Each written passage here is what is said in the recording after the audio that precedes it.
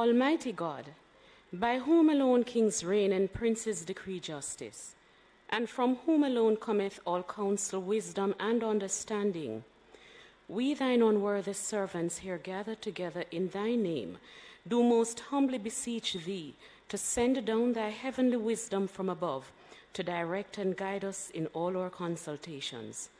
And grant that, we, having thy fear always before our eyes, and laying aside all private interests, prejudices, and partial affections, the result of all our counsels may be to the glory of thy blessed name, the maintenance of true religion and justice, the safety, honor, and happiness of the king, the public weal, peace and tranquility of the island, and the uniting and knitting together of the hearts of all persons and estates within the same, in true Christian love and charity, one towards another, through Jesus Christ our Lord.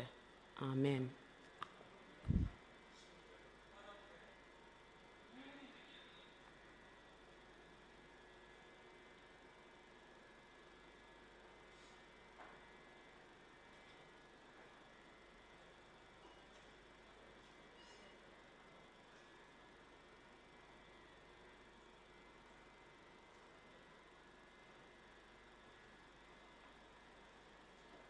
You may be seated.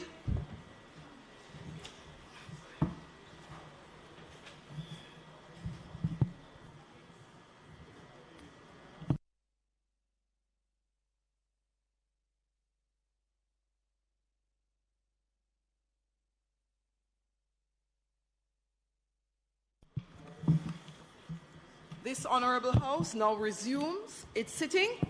It is indeed a pleasure to see everyone back here today. Welcome to the sitting of the House for July 19, 2023 at 2 p.m. sharp. With very limited notice, legislators have made a significant effort to be here to do the business of the people of Jamaica. I would also like to extend a special welcome to those who have joined us on the various social media platforms, as well as PBCJ. I'm not seeing anyone in the gallery. I know it was an unusual day to be meeting, and I'm hoping that we may not have to be back here Tuesday of next week, because indeed I believe all parliamentarians are looking forward to a small break to go off into your constituencies to deal with back-to-school matters and medicals.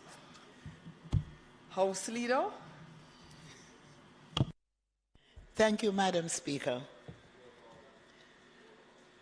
Could you, yes, Madam Speaker, could you roll call. Proceed to roll call, and I'll ask that statements are to be done, but for them to be deferred and to be done at a later stage.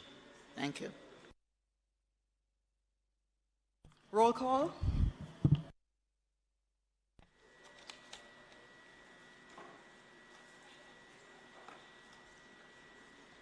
Mr. Bartlett, Dr. Clark, Dr. Chang, Ms. Grange, Mrs. Williams, Mrs. Mallow-Fort, Dr. Tufton, Mr. Mackenzie, Mr. Chuck, Mr. Vaz, Mr. Charles, Mr. Green, Mr. Warmington, Mr. Morgan, Mr. Hutchinson, Mr. Terry Long, Ms. Smith, Dr. Dunn, Mrs. Cuthbert Flynn, Mr. Main, Mr. Davis, Mr. Witter, Mr. Brown,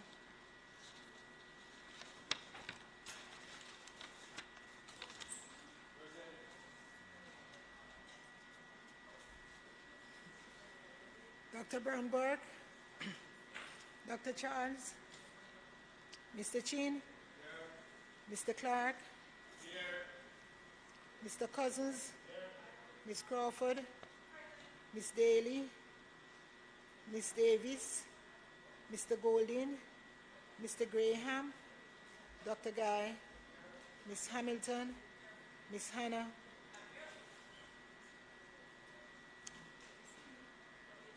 Mr. Henriquez, Mr. Henry, Mr. Hilton, Mr. Jackson, Mr. Lawrence,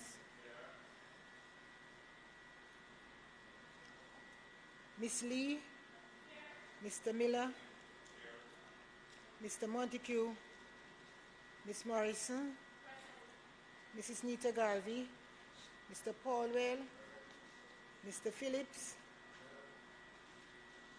Dr. Phillips, Mr. Robertson, Mr. Robinson, Mr. Samuda, Mr. Shaw, Mr. Siblist, Mr. Slowly, Mrs. Vaz, Dr. Wheatley, Mr. Williams, Mr. Wilson, Mr. Wright, Mr. Charles.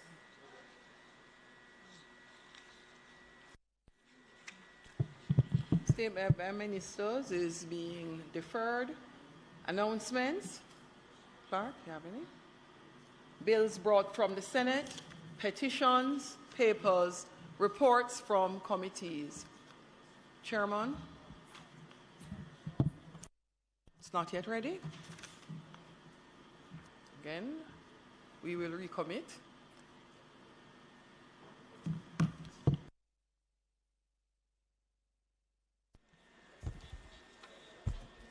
Madam Speaker,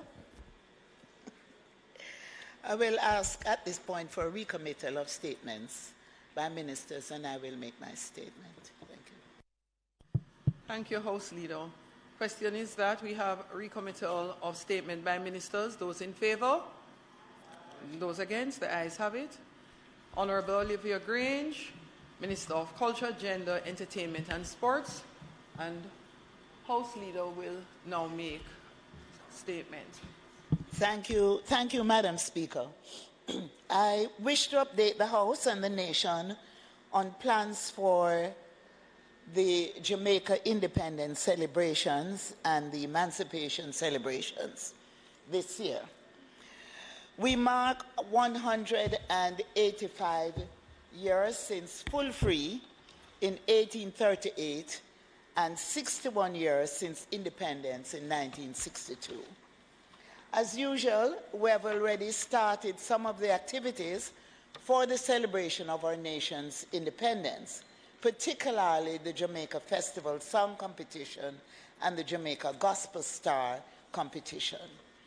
I'm pleased to inform the House that the 2023 Jamaica Festival Song Album, featuring this year's 11 finalists rather than 10, is now live on the major streaming services across the world, including Apple Music, Spotify, Amazon Music, Tidal, and many others.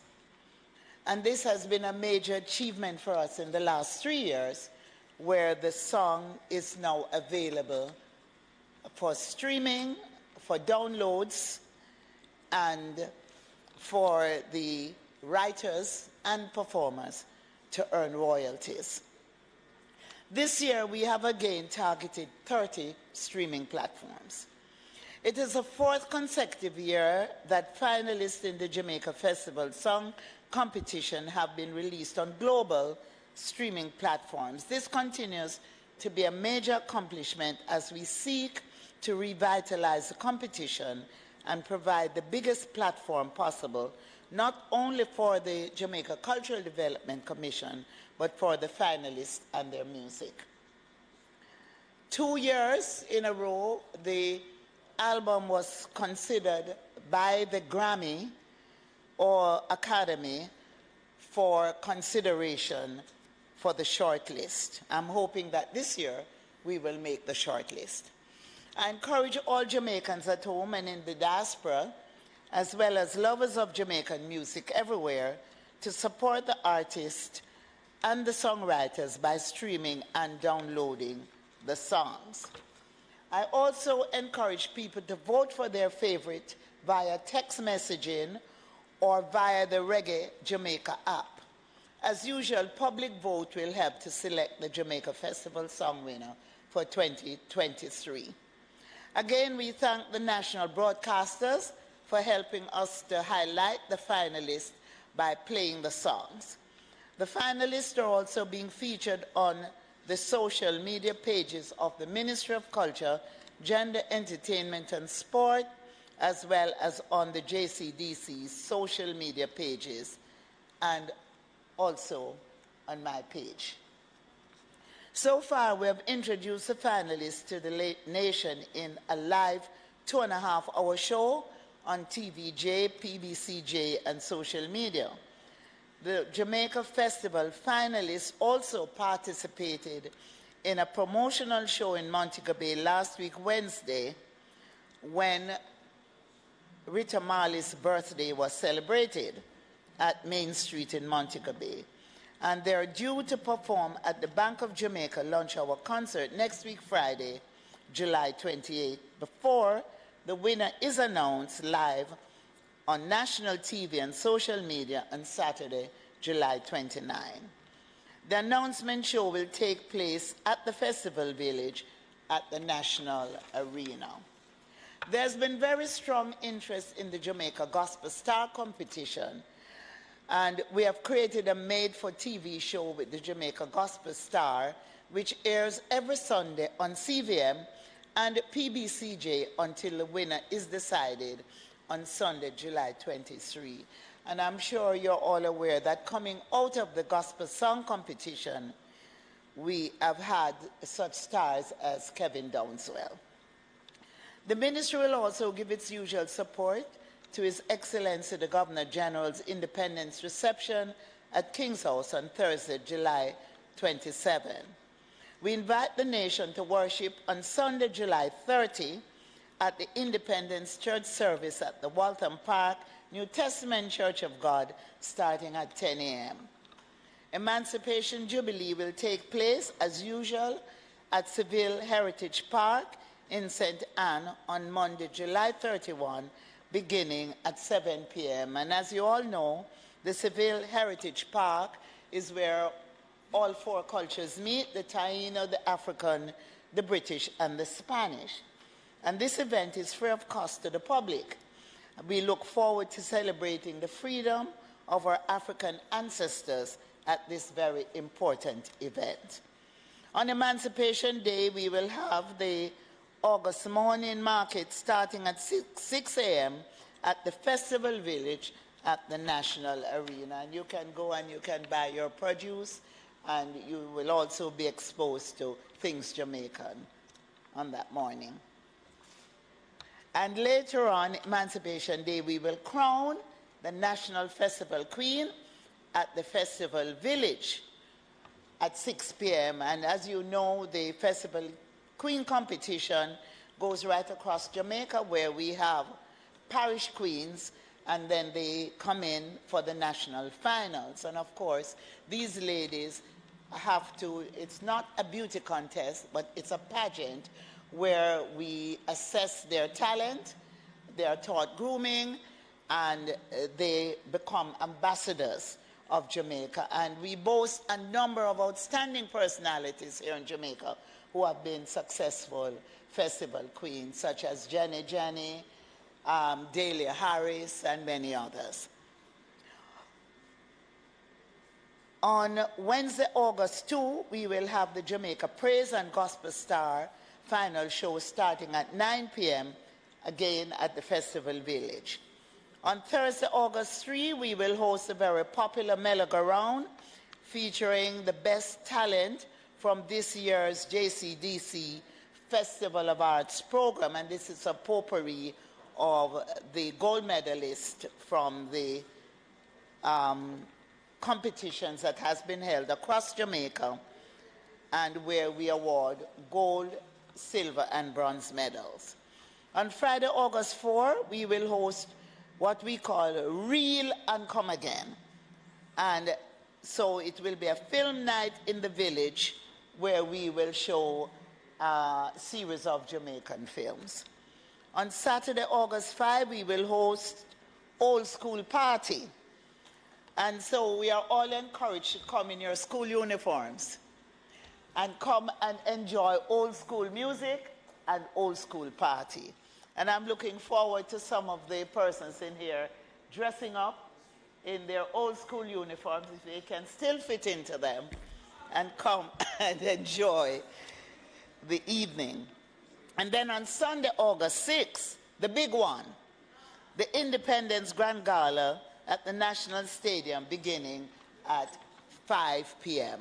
And of course, on Independence Day and into the night, we will have celebratory activities right across the island, street dances, and a number of activities to celebrate our independence. This year at the Grand Gala, we will again introduce the 300 drone show, as well as performances from young people from across about 9 communities in the corporate area and St. Catherine. So, Madam Speaker, I thought it was important to indicate what's lined up for the independence period and to invite colleague parliamentarians to participate. I think at a later stage there will be a special announcement about the support that will be given to parliamentarians in order to ensure that they are able to host activities in their constituencies. Thank you, Madam Speaker. Thank you. Opposition. Thank you very much, Spokesperson. Madam Speaker. I want to thank the Minister for her usual advising the Parliament and the country of the series of activities that will culminate in the celebrations of both Emancipation Day and Independence Day, which, as we know, no longer falls on the first Monday, but on the 6th. And so we will be celebrating on the Sunday. It is indeed, Madam Speaker, a tremendous period to display the tremendous talent of our people. And we look forward to those events leading up to it. And I tell you, for the first time, because of COVID, I am now attending graduations. And the children are displaying so many of their items for the festival competition. And I tell you, I'm so proud to see that we are back up, and COVID notwithstanding, people are celebrating and displaying their talents the way that they are doing. I'm encouraged to hear that members will get some support to ensure that our constituents participate, and we will await that. But in any event, there are members who are fully involved. I know the member for North Central, St. Catherine, for example, Sligoville every year. It's a must go, and for those of you who have never been, I'm sure she wouldn't mind my inviting you to attend this year. They have some special artists to perform. And so we want to encourage Jamaica to support the efforts of the government in ensuring that we have a grand celebration this year. And Madam Speaker, if you allow me, today is the Leader of the Opposition's birthday. So I'd like to wish him happy birthday on behalf of all of us.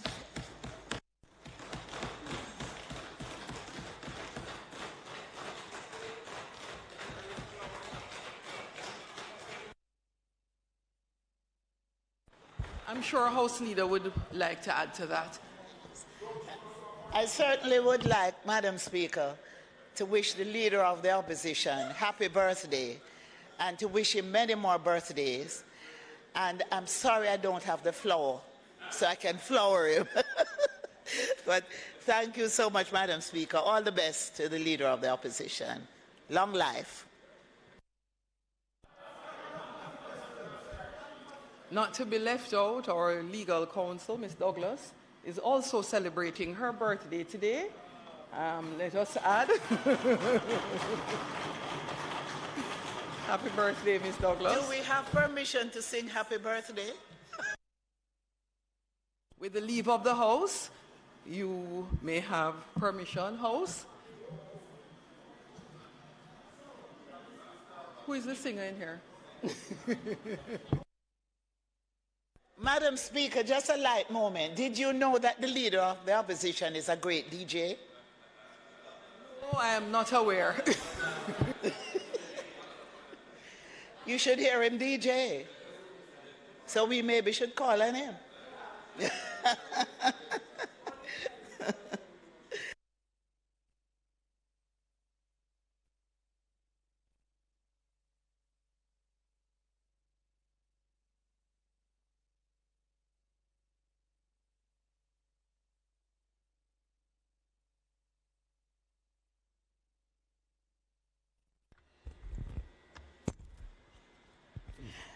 Madam Speaker, Minister Malahoo Ford has a report that she can present at this time, so we seek her permission. This is a report from...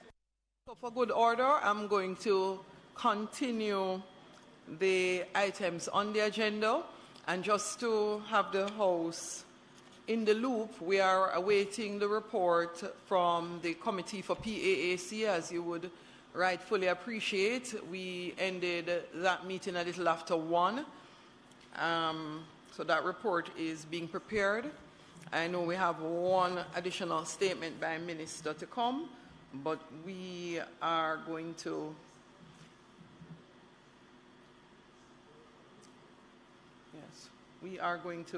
move ahead.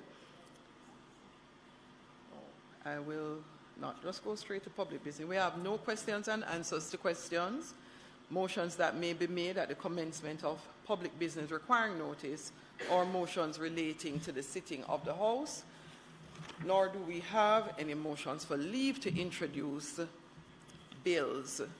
Presentation of bills without leave of the House first obtained, and so we will move to next public business. House Leader, Minister Malahoo Ford, please prepare. Madam Speaker, I crave your indulgence. The Leader of Opposition Business has a request. Madam Speaker, before the Minister starts the presentation on the report and on the bill, I did have a discussion with her. This is a most far-reaching bill that has gone through a very detailed analysis by the Joint Select Committee. The Minister has allowed quite a bit of leeway in us trying to grapple with the issues. In fact, the committee had received many presentations. We had some overarching concerns, and we were at the end able to sign the report. And we have commended the Minister for her forbearing in enabling the kind of detailed discussion that provided the clarification that was necessary. The report and bill, the new bill, they were tabled yesterday, and even though it was the subject of a joint select committee, because of the importance of this matter, we feel that it is only proper that another time be set for us to debate the bill, to allow members, especially on our side, the leader, for example, really hasn't seen it. And yes, it might be the responsibility of the Joint Select Committee members, but each member is really entitled his or her own opinion, notwithstanding the JSC. And so I'm asking the Minister again, especially as we are at one to this point, to enable us some more time to review the new bill in its entirety, and that at the next sitting of the House, we could take the full presentation and do the full debate, and hopefully we will have the accord as we are hoping to do, not only here, but in the Senate. So, Opposition Leader of Government Business. As it relates to the report, and Minister, you may correct me if I'm wrong, you would still have to go through the process of taking a look at the report from the discussions and deliberations of the Joint Select Committee as it relates to the Bail Act 2022. The bill would still need to be withdrawn even though the new bill is not yet ready for debate. So there are parts of the process that we would be required to commence now, and once the new bill comes and all have had the opportunity to go through, we would continue into the debate on the bill itself. But the question being asked is that we at least go through and accept the report coming from the deliberations of the Joint Select Committee on the Bail Act. Madam Speaker, I'm just getting clarification that the members on this side, apart from those of the committee, that no member received copies of the report. And Madam Speaker, it is my understanding that the new bill is actually appended to the report. So if the minister is not inclined to have the new bill being taken, then we can start by her presentation on the report, and that's fine with us. Just for clarification, recall yesterday you would have had the report tabled in Parliament. So the discussion would be as it relates to the report in the interim. And then in the new session of Parliament, after the break, you would now move into the discussion on the bill. So, Minister, please. Madam Speaker, just for clarification, we intend to meet on Tuesday. And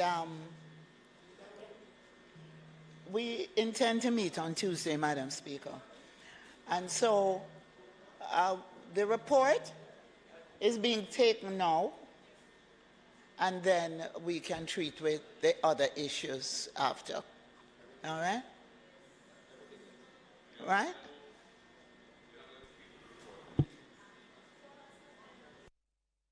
Madam Speaker, based on the conversation I had with the leader of opposition business, my understanding is that they would like some time to consider the report and the bill, even though the report is accepted by the members of the opposition on behalf of the opposition, but that they are asking for some time. The leader of opposition business is aware of my sentiments, but in the spirit of cooperation, I will ask colleagues to accede to the request. We can settle the matter for next week when we will deal fully with it. We will deal with all of the matters relating to this next week.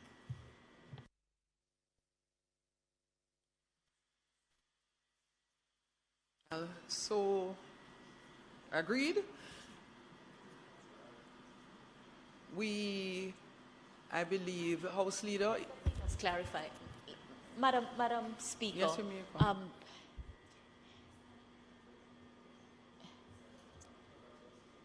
Do you have any issue with the report? You have any issue with the report? We can move to adopt the report, and then we debate the bill. I crave your indulgence, Madam Speaker. Mr. Minister, if you wish to start the debate on the report, I think that is fine. I just wanted to make one important clarification, because we do attend, having been appointed by the opposition to attend the Joint Select Committee. But as you can appreciate, each member has his or her own right to speak independently, even of us. So I just want that to be appreciated. I believe that we have come a far way to get consensus, and I think the spirit should continue to guide us so that we will be in one accord when the time comes. Right? So if the minister wishes to open, or if not, we could take it next week. Madam Speaker, I think just for clarification, and we know exactly what we're doing, what direction we're taking. The report, as House Leader, I'm asking that we start the debate on the report today. Anyone can speak after and express how you feel about the report, but we should start the debate at this time. Thank you. And House Leader, I am in agreement. We have already completed the deliberations. As a joint select committee, we have to also respect the fact that they have in fact signed off and completed their report now to present.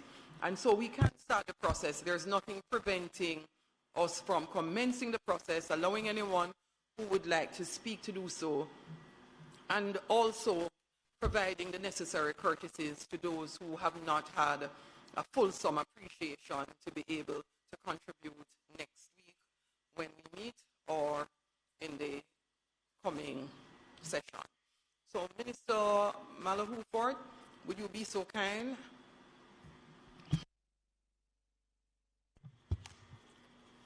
Madam Speaker, before the Honourable House is a report of the Joint Select Committee that on the bill entitled An Act to Repeal and Replace the Bail Act and to provide for connected matters. A total of 18 meetings were held, and the bill that went before the committee was revised at length. We had numerous submissions made orally and in writing. All were thoroughly considered. You may recall that the matter that ignited flame had to do with the pre-charge bail regime. There are 3 stages at which bail may be granted. Pre-charge, where a defendant is arrested or detained on reasonable suspicion of having committed an offence. Post-charge and post-conviction and sentence. Madam Speaker, each clause was thoroughly reviewed, and the recommendations of the committee are set out in the report. It may be of interest to the House that during the deliberations, practically every submission resulted in some form of positive consideration. And the decision was taken at the end of the day to do a restructuring of the bill for easy flow. And now, Madam Speaker, we have a new bill that has been proposed for the consideration of the House, still comprising 23 clauses and 4 schedules. Substantive revision was done to the pre-charge regime, having regard to the discussions and deliberations within the committee, including recommendations from opposition members. Madam Speaker, I believe that we have emerged with an excellent bill that has struck the right balance, having regard to the rights that are guaranteed and the aims that we are seeking to achieve in the Memorandum of Objects and Reason. I will reserve my more detailed comments for a later stage of the proceedings and take a pause at this time. Thank you. Madam Speaker, I do appreciate the process that we have adopted, the procedure, so that we are in fact contemplating now the report, and the correct procedure that will follow is for the formal withdrawal of the original bill, and for these new measures to be incorporated into a new bill that the House will contemplate And I too at that time will give more fulsome comments. But the process has been bogged down in a good way by this issue of the constitutionality of especially Clause 5 of the bill, which for the first time seeks to incorporate formally a pre-charge bail formula. And again, I want to commend the level of tolerance, because we did receive many presentations, and I want to thank those presenters, the law school, Jamaica for Justice, etc., who took the time, because sometimes people don't really come forward at the commencement. During these discussions, they come after the law is passed to indicate where we would have gone wrong. So I really want to thank those presenters who took the time and provided tremendous teaching for some of us who had to delve in the issue of constitutionality. The AG's office was also very, very helpful in doing a separate presentation that guided us.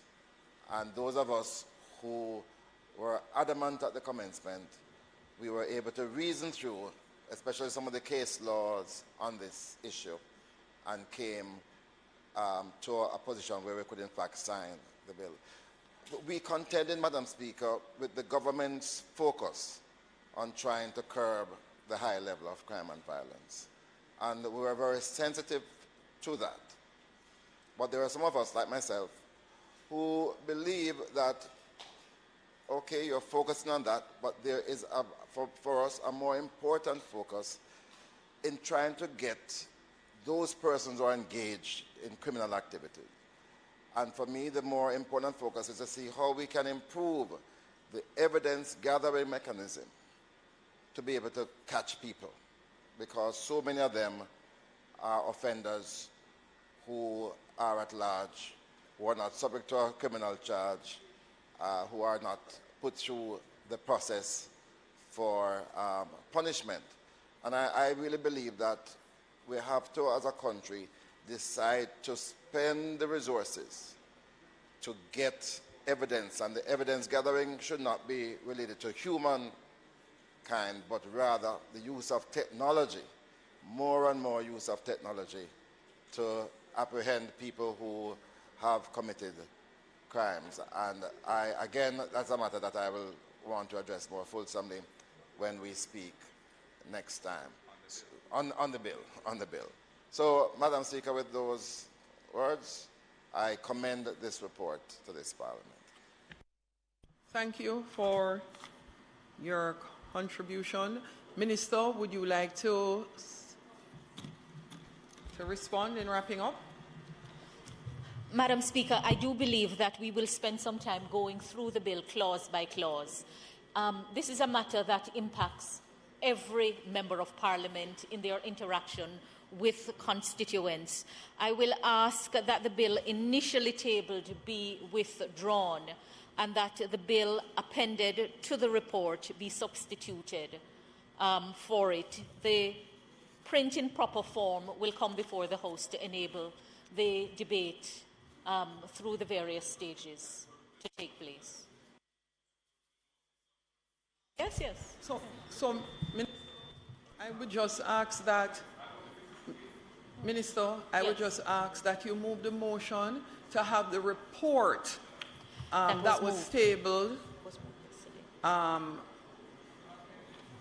Yes. Yes, it's not. Right. Yes, the report that was tabled to be adopted and approved by the House.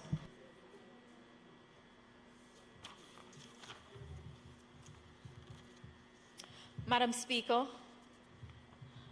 I move that the report of the Joint Select Committee on its deliberations to consider and report on the bill entitled the Bail Act 2022,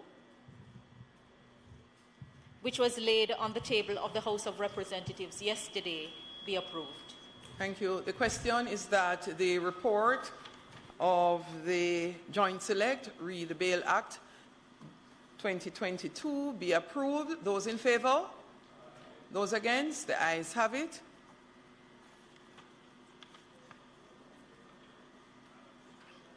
No, after we will ask that the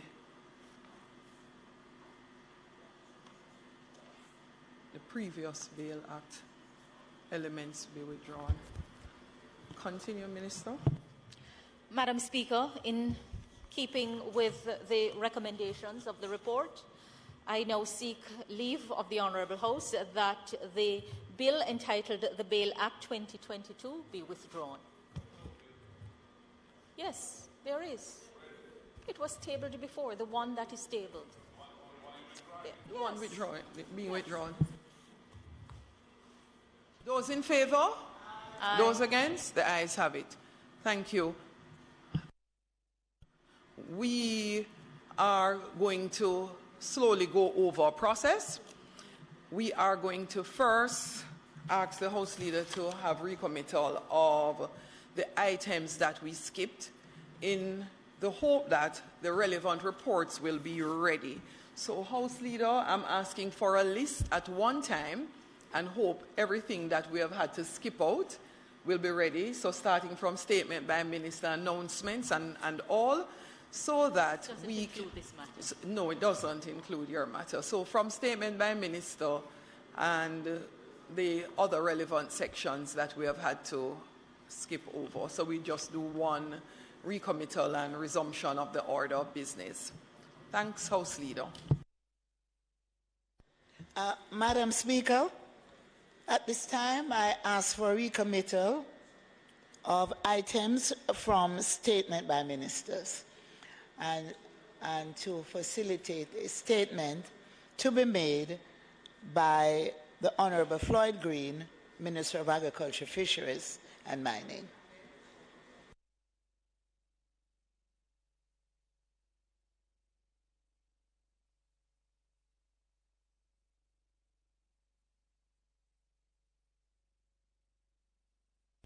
The question is that the items on the agenda to be recommitted from statement by minister onwards be so approved by the House. Those in favour?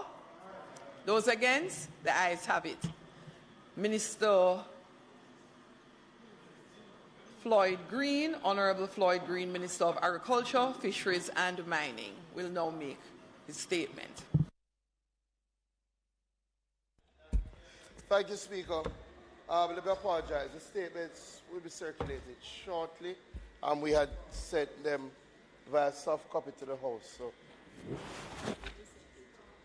I'll have to check. Yeah, we'll make some copies. Madam Speaker, I rise to update this Honourable House on the support being provided by the Ministry of Agriculture, Fisheries and Mining to our fisheries sector, as well as to provide an update on the drought and flood mitigation activities being pursued.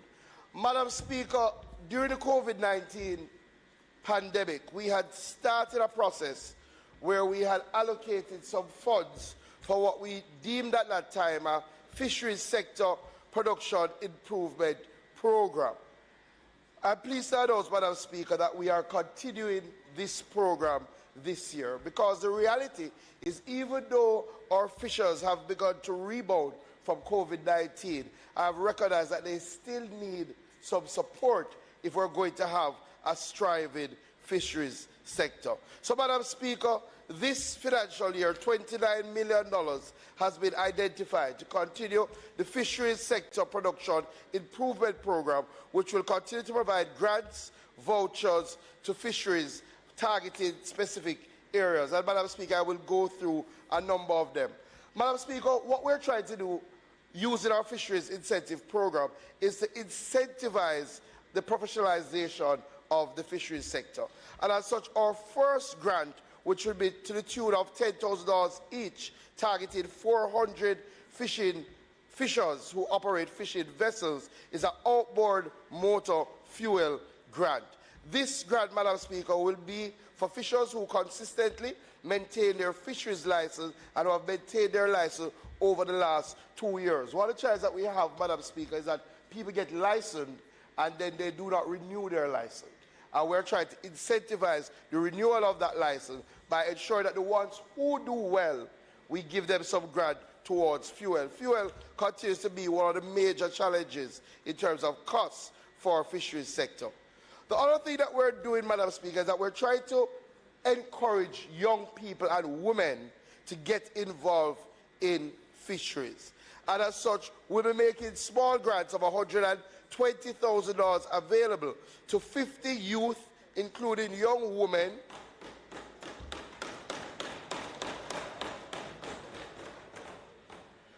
who are operating in the fisheries industry. Madam Speaker, the candidates will be selected across local community organizations and, of course, with the input of members of parliament who have fisheries areas in their constituency. We have identified $6 million for this, Madam Speaker. As I said, we're targeting 50 youth. Madam Speaker, the other thing that we're doing, we recognize that our fish stock near shore is almost completely depleted. And as such, we need to encourage our fishers to go further offshore and to engage in pelagic fishing. One of the big challenges to that, Madam Speaker, especially for the fishers at the Pedro and Moran banks, is that they do not have the adequate safety, communication, and navigation equipment. So, Madam Speaker, we're going to make a grant available to provide life jackets, marine VHF radios, and GPS devices for approximately 500 licensed fishers at a value of $7 million. The final area of assistance, Madam Speaker, is again a number of our fishers, and we did have a wonderful celebration of International Fishermen's Day. We had it actually over the weekend. We brought together over 100 fishers from all across the island. And again, engaging with them, Madam Speaker, one of the big challenges they have is just fishing gear, the fishing wire. And as such, we want to help some of our fishers in relation to that need. So, Madam Speaker, we'll be providing $20,000 each for 600 fishers. Again, we will utilize the community associations, the NFA's extension officers, and of course, members of parliament to help us select these 600 fishers who will benefit from these grants of $20,000 each. We have allocated $12 million for this program. So, Madam Speaker, overall, we'll be doing fuel grants of $4 million, fishing gear for youth and women of $6 million, offshore fishing safety gear of $7 million, and fishing gear for fishers of $12 million. A total allocation of $29 million for our fishery incentive program.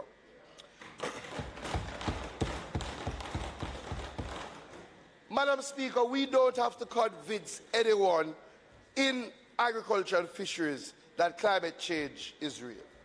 We are seeing rising temperatures, longer droughts, more intense period of rainfall, and that continues to threaten the livelihoods of our crop and livestock farmers. Madam Speaker, for the past 8 months, severe drought conditions continue to plague our farmers. In March, Madam Speaker, we indicated a support amounted to $202 million for activities to be undertaken by RADA, NIC, that's the National Irrigation Commission, and the AIC, Agro-Invest Corporation. Madam Speaker, I think it's important for us to update on how that is going as we chart an additional support package forward.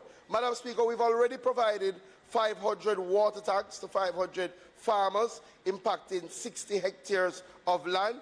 We have supported 400 farmers to establish 50 hectares of land with irrigation infrastructure. We've supported 160 farmers to provide 4 hectares of excavated ponds for water retention. We have helped 350 livestock farmers and engage in small ruminant production. Madam Speaker, we provided planting material to 11,000 farmers and trucked water to help 1,500 farmers. As we move forward, Madam Speaker, there are other areas that we're going to be focusing on. We're going to be rehabilitating about 100 greenhouses, Madam Speaker. Part of the challenge is that the vast majority of our farmers are open field farmers, and as such, when we have these weather events, they suffer tremendously. Additionally, Madam Speaker, we're looking to provide pond liners to 60 farmers who have already excavated their own ponds to retain water, but they need the water, they need the liners to help them with that retention. And I say to my farmers, if you have the wherewithal to create your own ponds, we're willing to help in that process by providing you with liners. Additionally, Madam Speaker, we're looking to rehabilitate water harvesting sources, wells, communal reservoirs, tanks in targeted parishes. We've already identified public catchments in 6 catchment areas. Madam Speaker, we're going to continue the trucking of water from rehabilitated and relevant sources to farmers and farmers group, and we're going to continue to work with our farmers cooperatives in relation to trucking of water. Additionally, Madam Speaker, training is critical.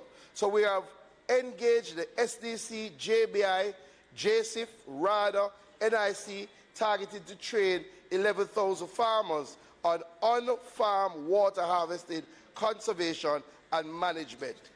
Madam Speaker, before going to what else we're going to do, in the midst of the drought, we had a tropical wave number 4 that again highlights what's happening with climate change. A short, intense period of rainfall that tremendously affected farmers in South St. Elizabeth. Minister Witter went on a tour and saw some of that damage. We both were in South Manchester to see the damage done there, and in St. Anne, we were there last week, Madam Speaker, to engage with some of those farmers. The ministry has allocated $63 million to provide our flood response to help the farmers get back on their feet. Already, Madam Speaker, we've allocated $15 million to help with planting material, $5 million to help with livestock support, $10 million to help with irrigation equipment, $3 million to help with mulch, and $30 million to do some minor farm road repair. What we did see, Madam Speaker, is that some of the farm roads that were recently done, unfortunately with the intense bout of rain, had some challenges. And as such, we don't want them to deteriorate to where they're coming from. So we've allocated $30 million to do some immediate intervention. Madam Speaker, the House would know that we have started the distribution process. Already we've started in St. Elizabeth, St. Anne and South Manchester, and the farmers have gotten some of this support and are back planting. Madam Speaker, as we recognize that the drought persists, that higher temperatures persist, I have tasked the Ministry's Agricultural Disaster Risk Management Committee to continue the evaluation of the impact of drought conditions and identify practical solutions that will allow our farmers to sustainably continue their farming enterprises. So, Madam Speaker, additionally today, I'm pleased to announce that we will be allocating an additional $104 million to help our farmers who continue to reel from the extensive dry conditions. Madam Speaker, to address the challenges of water scarcity and drought caused by climate change, we've initiated a comprehensive program for the trucking of water to farming communities. This program aims to provide temporary relief by delivering water to areas where access to irrigation is limited. The water trucks will transport water to farmers in need, and we've allocated $8 million for this process. I say to MPs again, I'll be reaching out to you to help identify registered farmers who are in need of water on their farms. Additionally, in light of the impact of climate change, including unpredictable rainfall patterns and increased pest pressure, we have implemented a vegetable seed provisioning initiative. Madam Speaker, our vegetable lines have been the hardest hit by this drought, whether it be lettuce, cabbage, tomato, we are seeing significant reduction, and as such, we are going to be providing vegetable seeds to ensure that we can get production back up. So we will be distributing high quality, climate resilient vegetable seeds to farmers across the country. The seeds have been carefully selected to withstand varying climatic conditions, ensuring a more reliable and sustainable food supply. We have allocated $20 million to this, again, as the mode of operation. Not only will RADA be able to provide the names of the farmers, but we will depend on the MPs to also provide the names of some of your vegetable farmers who are in need of these resistant seed varieties. Additionally, Madam Speaker, a number of farmers have utilized mulch, which is using grass to spread on the soil to keep it cool. It's extremely important now. Unfortunately, it has also gotten extremely expensive in this dry time. So, Madam Speaker, we're making an allocation of about $3 million to help our farmers in the sourcing of mulch. Through this, we will provide adequate quantities of organic mulch materials, such as straw, leaves, grass clippings, to help farmers cover their crops. Madam Speaker, we also will be moving to help our farmers with efficient water management.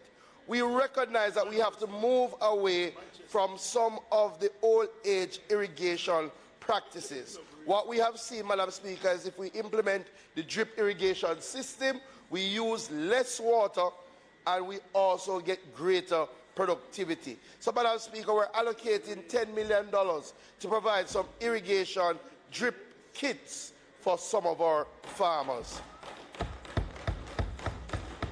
The last two areas, Madam Speaker, again, we don't believe in short-term response. We are not only responding for now, Madam Speaker, but we're responding so when we have these dry spells next year, we will be in a better circumstance.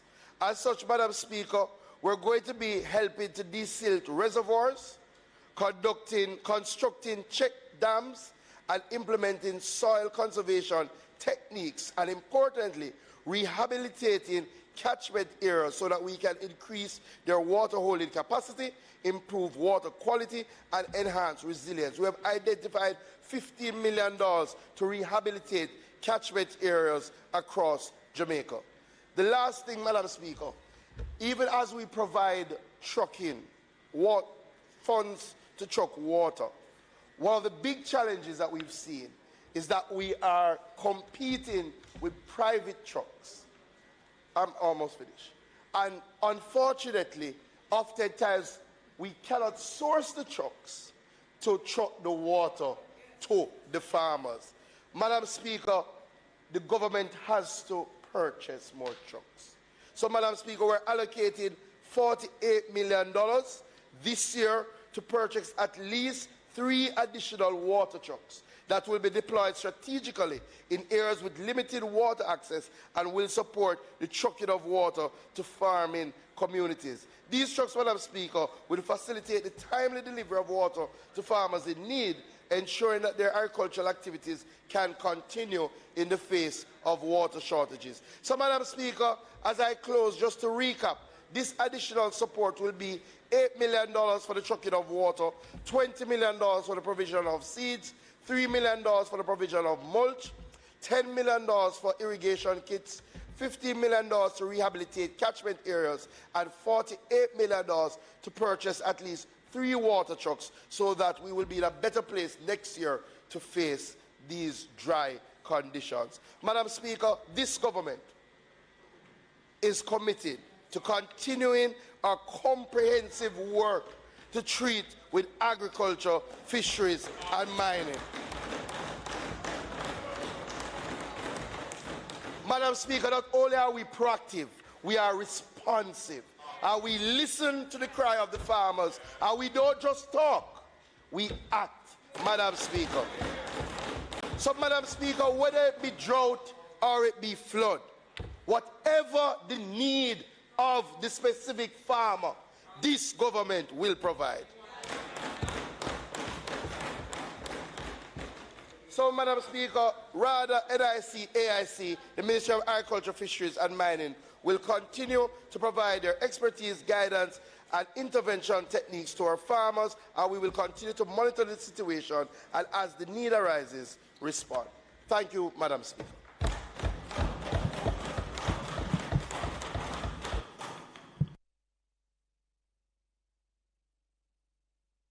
Oh. Member Cousins, your mic? Oh, yes.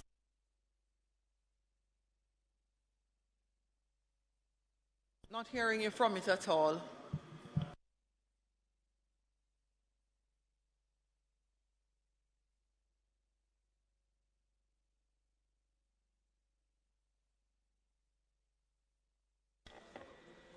Check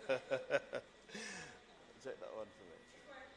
Madam Speaker, permission to speak from a seat other than mine. Absolutely. All right, so thank you, Madam Speaker. And first, let me thank the Minister for his statement that he provided to this House.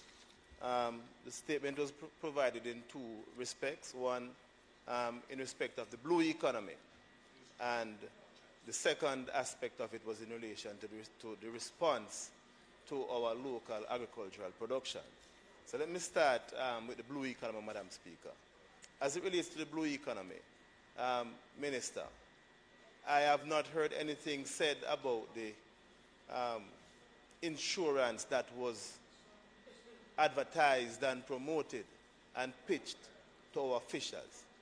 And it's important that we start there, because you have indicated earlier that there is less fish near shore, and that the reason for your proposal to provide this support to the farmers is because they have to go further offshore, which means that they are being exposed to more risk.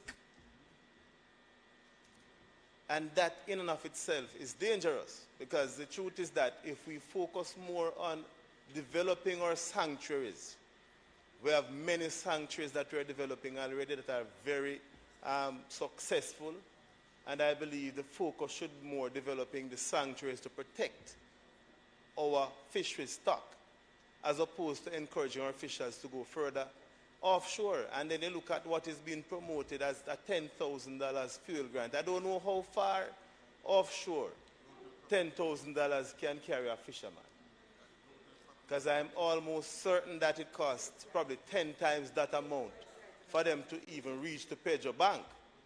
So, though the fishers hearing the numbers may be excited, the reality is the farmers and fishers are excited for anything that is offered most of the times. The truth is that the reality is that what is being provided is inadequate. That's in my opinion. I'm looking at the figures. It's inadequate. Also, the issue of the insurance for the fishers is very critical. And so I need a report from you in terms of where are we with that? What has the take-up been thus far? What is causing any delays? Is it an issue with the insurance companies? And also what support you can get from us as an opposition to have the fishers buy into the need for this insurance, because it's critical.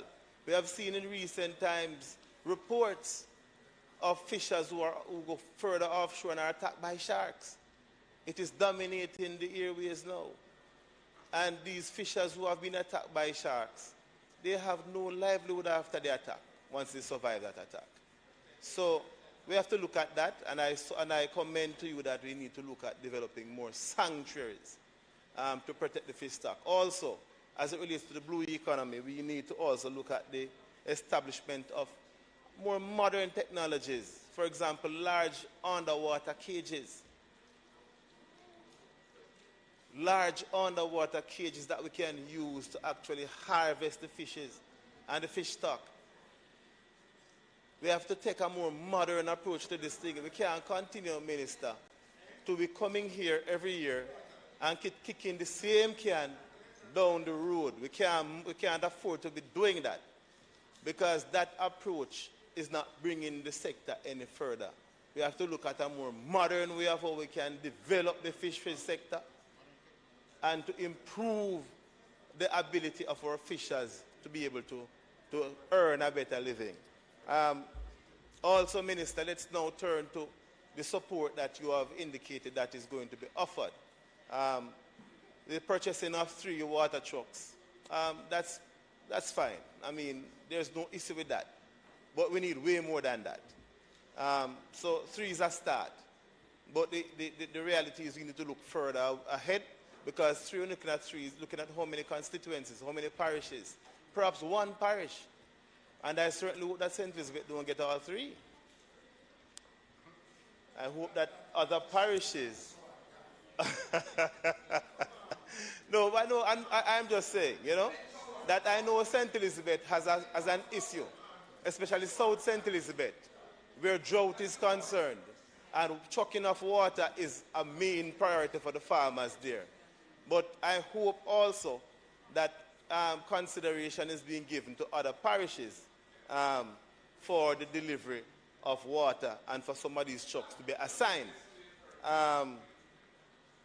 Also, Minister, when you look at what is happening now with our chicken farmers, and I have not heard or seen in your statement any reference to any support for the chicken farmers. I mean, the heat is taking a significant toll on them. A lot of farmers are reporting that they are losing their chickens as a result of the excessive heat.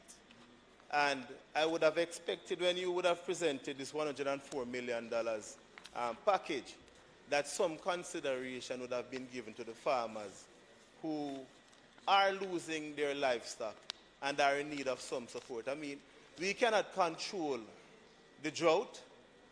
We cannot control the heat wave that is bedeviling the country at this moment. But certainly, whenever there is support needed for certain groups of farmers, I'll have to put that to you as a minister here in the Parliament for you to consider some, including these groups of farmers in this proposed support that you are going to be rolling out shortly. I mean, yes, we will be giving them chickens while the heat wave is still on, but you have to remember that many of these farmers would have spent thousands of dollars, many of them small farmers with them backyard farms, backyard coops, that have spent thousands of dollars. I believe it's $25,000 now for 50 baby chicks and 5 bags of feed. And they need more than 5 bags of feed. But just to start at 50 chicks and 5 bags of feed is roughly $25,000. It's a significant loss to a small farmer who is contemplating, Minister, back to school, who were raising these chickens with the aim that they'd be able to reap and provide some support for them children for back to school. So, Minister, I am asking, Minister, that some support be provided to the chicken farmers who are now facing losses as a result of the very drought conditions which you have highlighted. And certainly, Minister, I know that I'll also commend that you roll out that very program through the MPs, because the MPs are the ones that are nearest to the affected persons. And I'd recommend that to you as well. But as far as I see it, Minister, what is being proposed is a start, but way more is needed in terms of an intervention as it relates to the struggles that are facing our farmers today. So that is my contribution, Minister. I await your response. Thank you. The member from St. Catherine Northeastern would also like to make a contribution. Thank you very much, Minister. And I just want to thank you for coming through at this time with what I consider to be a critical intervention in consideration, of course, of our farmers who need it, especially during this time when the drought is most unforgiving. Minister, there's just one point that I want you to consider, I am very grateful for that allocation of $12 million, which is going towards the drip irrigation, that system. And I can tell you, Minister, that my constituency alone could consume that $12 million.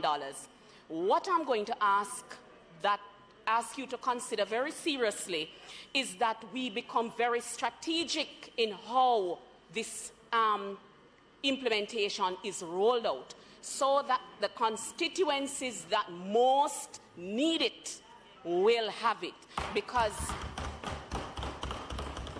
Minister, Northeastern St. Catherine, for example... Remember, the rule is that you ask questions based on a statement by the minister.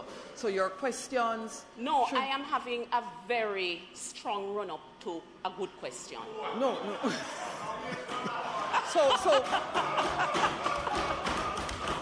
So strong runner because similar courtesies will not be extended by the speaker for both sides. I would ask that you stay to the question. Stick to the question. You're going to hear the very strong question, Absolutely. Speaker. Question. Yes. I know the member from North Central St. Catherine. I know that she feels just as strongly about it, that the strategy that we will use. So, Minister, my question is this. In consideration that we have this $12 million allocation and we have the 63 constituencies, what will be the strategy that will be employed, ensuring that constituencies like Northeastern St. Catherine and North Central, that the drip kits, will not just remain at the RADA office waiting to be picked up when constituencies like mine urgently need it? Is that a good question, Madam Speaker? Thank you. Thank you. A very good question. East Rural St. Andrew would like the answer too.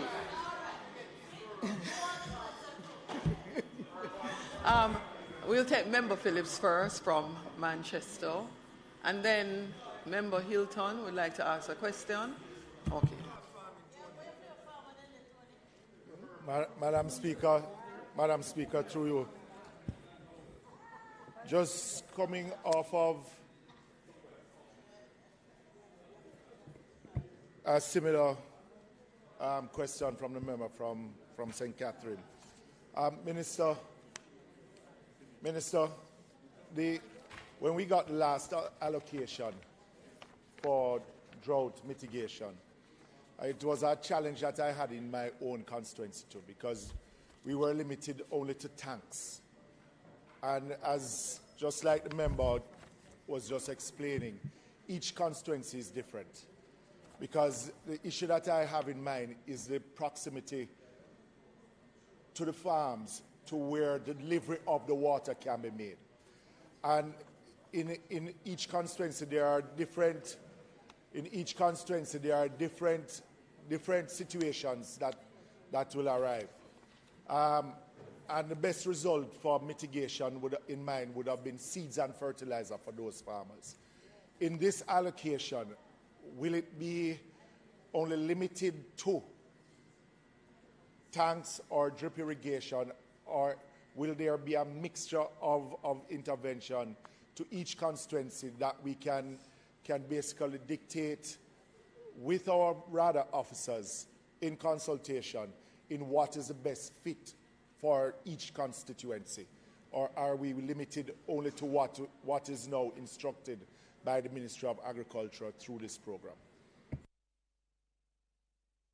Yes, Member Hilton, and then afterwards, Member Daly.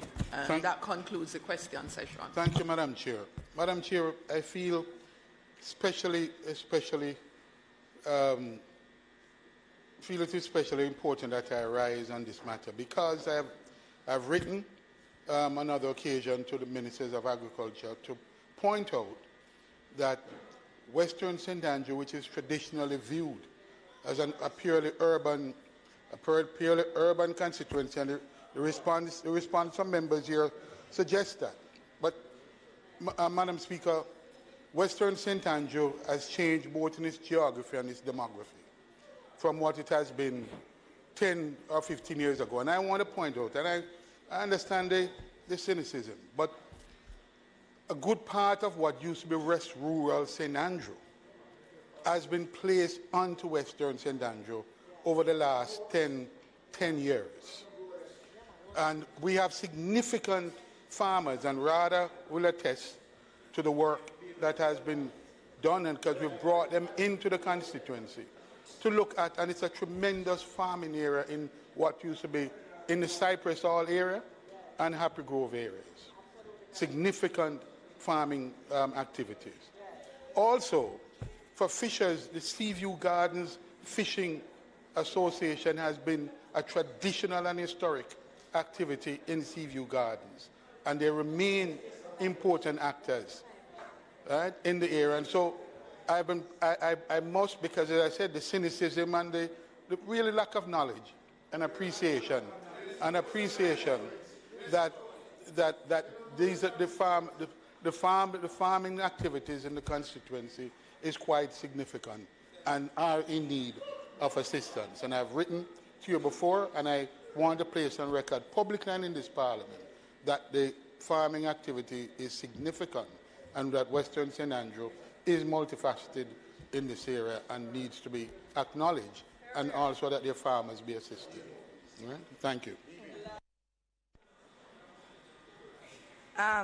Thank you very much, Madam Speaker. Minister,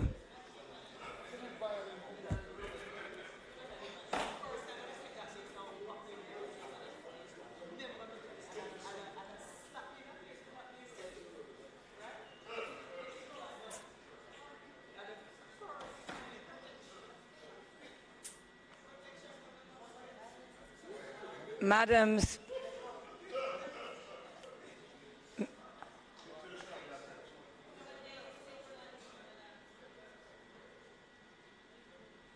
Member Daly, thank you very much. Go ahead with your question. Thank you very much, please. Madam Speaker.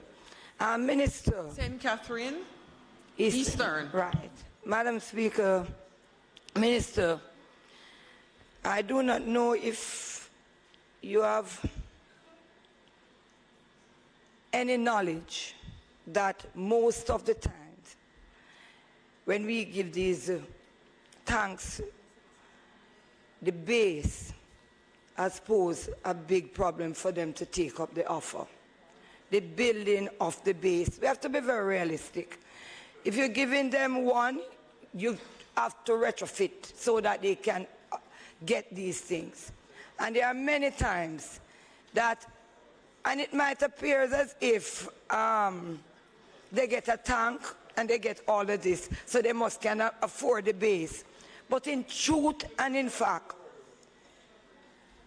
Minister, they cannot afford it. I do not know where in your budget that you could just give them the complete thing. Just give them the base and give them the tank, instead of giving them the tank without the base. And then they are there, they get that tank, but they can take up the offer because they have no base, and they really don't have it. As a result, they come back to us as members of Parliament, and there are times when we try, but it's very difficult. So in your program, I believe you should really look at that as well. Minister. Thank you, Speaker. And I'll start from the member of St. Catherine Eastern and work my way back. I understand the concern and I understand the challenge. And clearly, as a member of Parliament, I also appreciate that sometimes it's very difficult for some of the farmers. You know, it's always a balance in crafting these programs. The reality is that the tanks last longer. You're able to put in better systems when you put it on a base, and especially if it's connected to drip irrigation, so you get some of the benefit of gravity. So it's sometimes very difficult because clearly we still do have limited budgets, right? And you oftentimes have to wonder, is it better to do additional tanks and try and get the support, or to do the base? I think what we have heard on the side of is try to help more farmers with the actual tax and see if we can pull together to do the basis. But I've taken what you've said, we look back at it. But I hope you understand, you understand how we reached there. The member from Western St. Andrew, I have seen your letter, we've spoken about it. I am aware that your farmers have started to get some support. In fact, I heard that we had a machine that dealt with cutting grass and creating feedstock, and it operated not only in, I think, the Speaker's constituency, but it also operated in part of in part of your area. Any additional support, wherever the farmers are, we will try our best to help. The member from Manchester Northwestern, no, this program has a greater mix, right? So we're looking at trucking clearly, we're looking at seeds, we're looking at irrigation kits, right? So when we do Right to You, you will be able to choose from across the mix as your constituency needs. I think great issue raised by the member from Northeastern St. Catherine. I've always taken the approach that one cap doesn't fit all, right? So even when we do our fisheries, if you don't have a fishing beach or if you have less fishers than another area, then the level of support can't be the same. And that's the same thing that we want to do with these allocations. We have to look at the amount of registered farmers across the constituencies and of course, and try to make the allocation based on that, right? What is important is the MPs need to ensure that their farmers are registered, right? A number of MPs, and I'm speaking as an MP, a number of MPs, we have people in farming, but they're unregistered. And the truth is, the only thing we can use is to pull a list of registered farmers and use that to look at the allocation and the distribution, right? So it's very it's very important, Member Mackenzie, that you register farmers that you have. That's very important.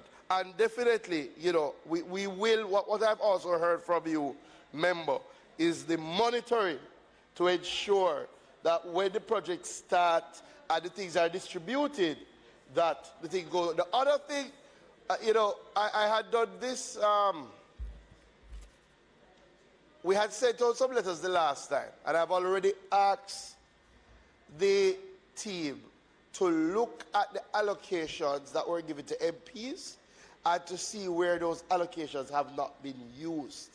Again, it is unreasonable that some allocations are unused when there are others that are expended and have more farmers in need, right? So we're going to send a warning notice. I'm telling you now, we're going to send a warning notice, right, to how we can ensure that the allocations reach to the farmers.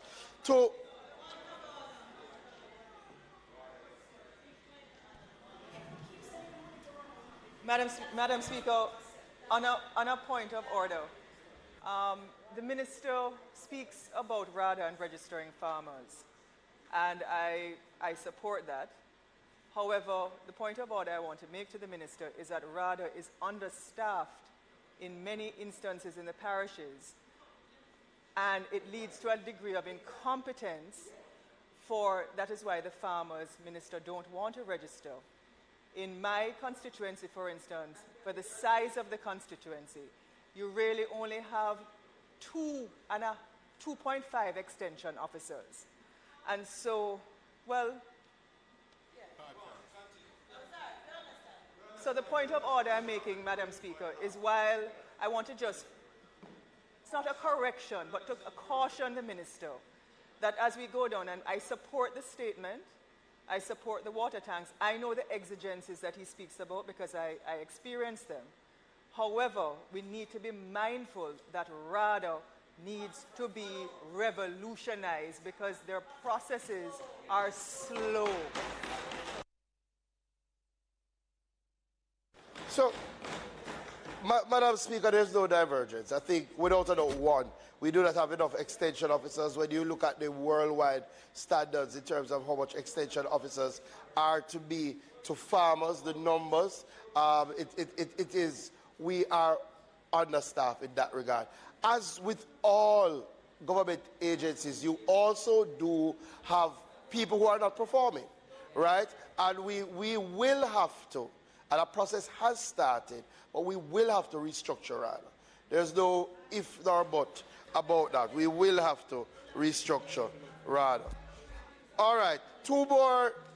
The opposition spokesperson on agriculture. Well, firstly, thanks for the support, although, you, as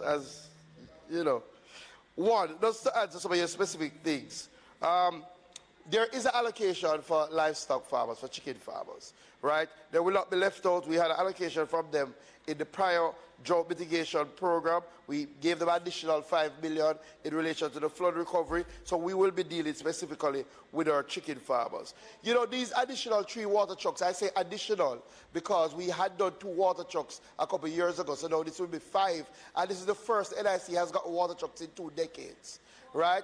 The reality is that nobody was trying to give NIC the capacity to respond. And as you know, we're not only doing water trucks, as the member knows, in his own constituency, we're at least bringing over 100 hectares of land on the irrigation water supply in the Parnassus region. And I plan to come and tour soon because that is the real solution. Water truck is just when you don't have irrigation. So we are dealing with fundamental change, not just in relation to the provisions of our response mechanisms. In relation to the blue economy and some of the things that you asked, so yes, we were able to get one of our private insurers to provide insurance for fishers, and 2 companies in 2 different ways. Advantage General, when we had knocked on the door, had responded positively, and they now provide insurance for fishing boats and for fishing engines, right? And that is a very positive development. The take-up has not been great, right? And I think all of us, right, will have to spend some time ensuring that our fishers are aware. Based when I looked at what was being offered, it's very reasonably priced. So I think we will really have to go on the road with the company to ensure that people know about it. I will look in our next budget cycle to see if anything needs to be done. The Minister of Finance is here, but sometimes with these things you need to sort of encourage participation. Ultimately, it helps us in the long run when they have their difficulties, so they don't have to rely on the ministry. Just to say, we also work with the private sector to introduce health insurance, and our fishers can get health insurance whether by virtue of Sagicor or Guardian Life. 2 companies, very competitive, and I can tell you that one, the fishers have been taking up the health insurance and the life insurance. The other thing, member, I couldn't go into everything in the response, but just so you know, we are doing 2 sanctuaries this year. We're going to commission 2 new sanctuaries, so we are taking a holistic approach. So I do agree, part of the approach has to be building the fish stock. We have 18 sanctuaries. We've seen that they have done well. We've seen the fish population come back in those areas, and we've already earmarked 2 to do. I don't want you to decry the $10,000 because the reality, the $10,000 was not tied to the offshore. The $10,000 is a reward mechanism for the fishers who consistently license. And I can tell you, when we announced this on Saturday, they were very grateful because licensing is a fee. They pay the fee, they get nothing back. We're saying we're encouraging compliance. And, in Jamaica, we say every mickle, make a muckle. And I know you are familiar with those terminologies. So the help regarding offshore is to provide things like life jackets, GPS, navigation devices in relation to offshore. Just to say, in relation to modern technologies, we are way down the wicket. I heard the proposal regarding the cages, right? Everything with fisheries, you have to look at the ecosystem that we have and whether it can be sustained. What we are looking at now is fish aggregation devices, right? Barbados has implemented fish aggregation devices. They are reaping some benefits, but we have to examine it carefully to ensure that our ecosystem can withstand. We don't want to do anything that is holding us back. Just to say, we are working with the World Bank, we are working with the Japanese to look at first-class technology in relation to fisheries. And there will be another time that I will speak more about that and some of the programs that we have on the agenda. And we are working, members, with JISTV also to see how we can get more resources. You know, one of the things that I'll close on this, clearly what we've had to do is to look at our existing budget and to do some reallocation, right? To ensure, in our parameters, to ensure that we can provide not only response, but that we can provide the fisheries support. One of the things, and I'm, you know, hopeful, I know that next year when we come to our next budget cycle, something like the fisheries incentive program should become a part of what the ministry does, full stop. Because just as our farmers get the support, our fishers need the support as well. Thank you. Thank you. Continuing in statement by ministers, Minister Clark. Do you need the podium?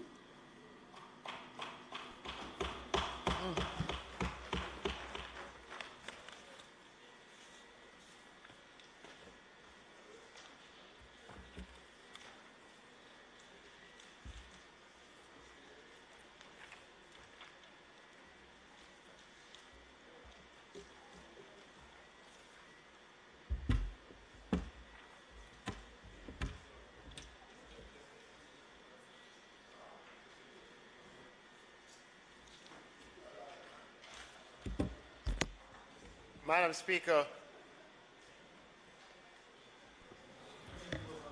Speaker, the bauxite and alumina sector is critical to the economic life of Jamaica. There are currently 4 operators. Jiska Alpart, Discovery, or 4 companies. Discovery Bauxite / Naranda, Jamalco, and Windalco.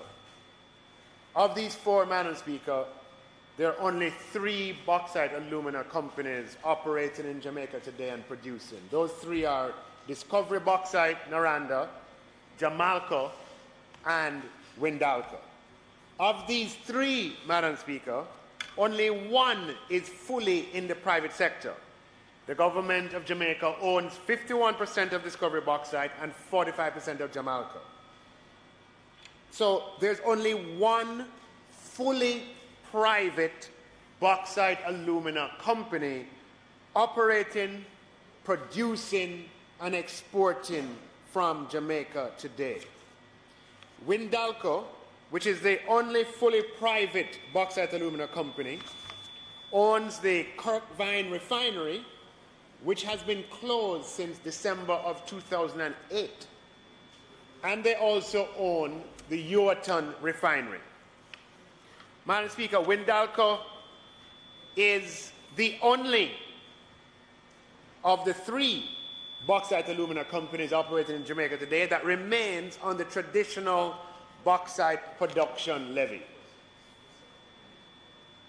The other 2, it should say, and I'll correct that in the one that's distributed, the other 2 operating bauxite alumina companies, both of which have government ownership, have been off of the bauxite production levy. In the case of Jamalco, from about 2002, and in the case of Discovery Bauxite, from 2016.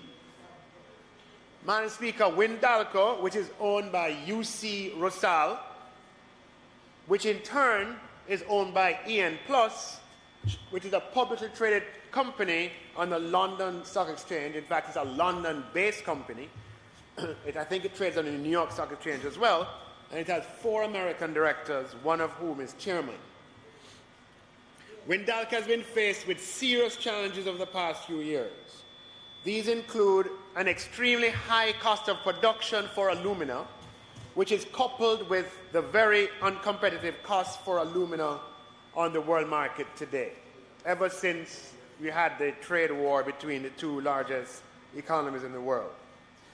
two major contributory factors to the high production costs at Windalco are the inferior quality bauxite ore, which is available within their mining lease and easily accessible, i.e. Uaton, and that affects the quality of the alumina that's produced and hence the price. Another factor is the cost of energy, which is above similar costs in other competing countries. And another source of uncompetitiveness is the amount payable for the bauxite production levy. As such, Madam Speaker, Windalco has experienced significant losses. These losses have persisted, and without significant adjustments to the cost structure of the operations, the only fully privately operated bauxite alumina company, you can look at those, would have to close down. We have one privately owned bauxite company, and they're in a position where they're on the brink of shutting down. Madam Speaker, we have been in dialogue with Windalco about these issues in the past and have maintained the levy regime despite their advocacy. However, Madam Speaker, the situation has deteriorated and the challenges currently faced by Windalco have brought them to the brink of closure. In an effort to remain in operation, they have reached out to the government for assistance. After assessing the situation, the government has agreed to provide Windalco with a 2-year relief from the payment of the bauxite production levy. This cushion is to allow them the latitude they will need to put in place the systems to make their business viable. Windalco employs 600 persons directly and 1,187 persons indirectly. Of the persons who are directly employed, the average salary is $40,000 US, which is approximately 7 times average income in Jamaica. The Windalco plant's average salary is 7 times per capita GDP. It is safe to deduce, Madam Speaker, that more than 8,000 persons who are primarily persons of the Uaton community benefit directly and indirectly from the operations at the Windalco plant, not least of which are small business owners, including shopkeepers and bar owners. Madam Speaker, the important agreement is that during the period of the waiver, the jobs at Windalco will be maintained. Additionally, Madam Speaker, during the period of this waiver, production at Windalco, during this period of the waiver, Windalco has committed to producing alumina in terms of volume at a level that is 10% higher than what was produced in 2022. We will also seek during this period to revise the bauxite production levy regime to make Jamaica more competitive in this industry. And the government will ensure that a payment schedule is developed for all outstanding amounts owed by Windalco to the government for bauxite levy accruing from previous periods. Madam Speaker, the waiver for Windalco in respect of the bauxite levy is about jobs and it is about foreign exchange. In light of current circumstances, it's about looking at the bigger picture and preserving relatively high-paying jobs in Jamaica, preserving approximately, I'm giving us a round figure, $150 million US of foreign exchange for Jamaica. The simple fact, Madam Speaker, is that without a waiver, the plant would close, relatively high-paying jobs would be lost, and growth would take a hit. Thank you, Madam Speaker. Madam Speaker, I have 3 questions for the Minister. Could he indicate what the cost to the government of foregoing the bauxite levy for the 2-year period, what that will be? Secondly, can he indicate what are the sums owed by Windalco in prior periods for the bauxite levy? And third, could he confirm whether the assessment of the financial situation of Windalco has been done by a determination by an assessment of independent audited financial statements or accounts? Those are my three questions.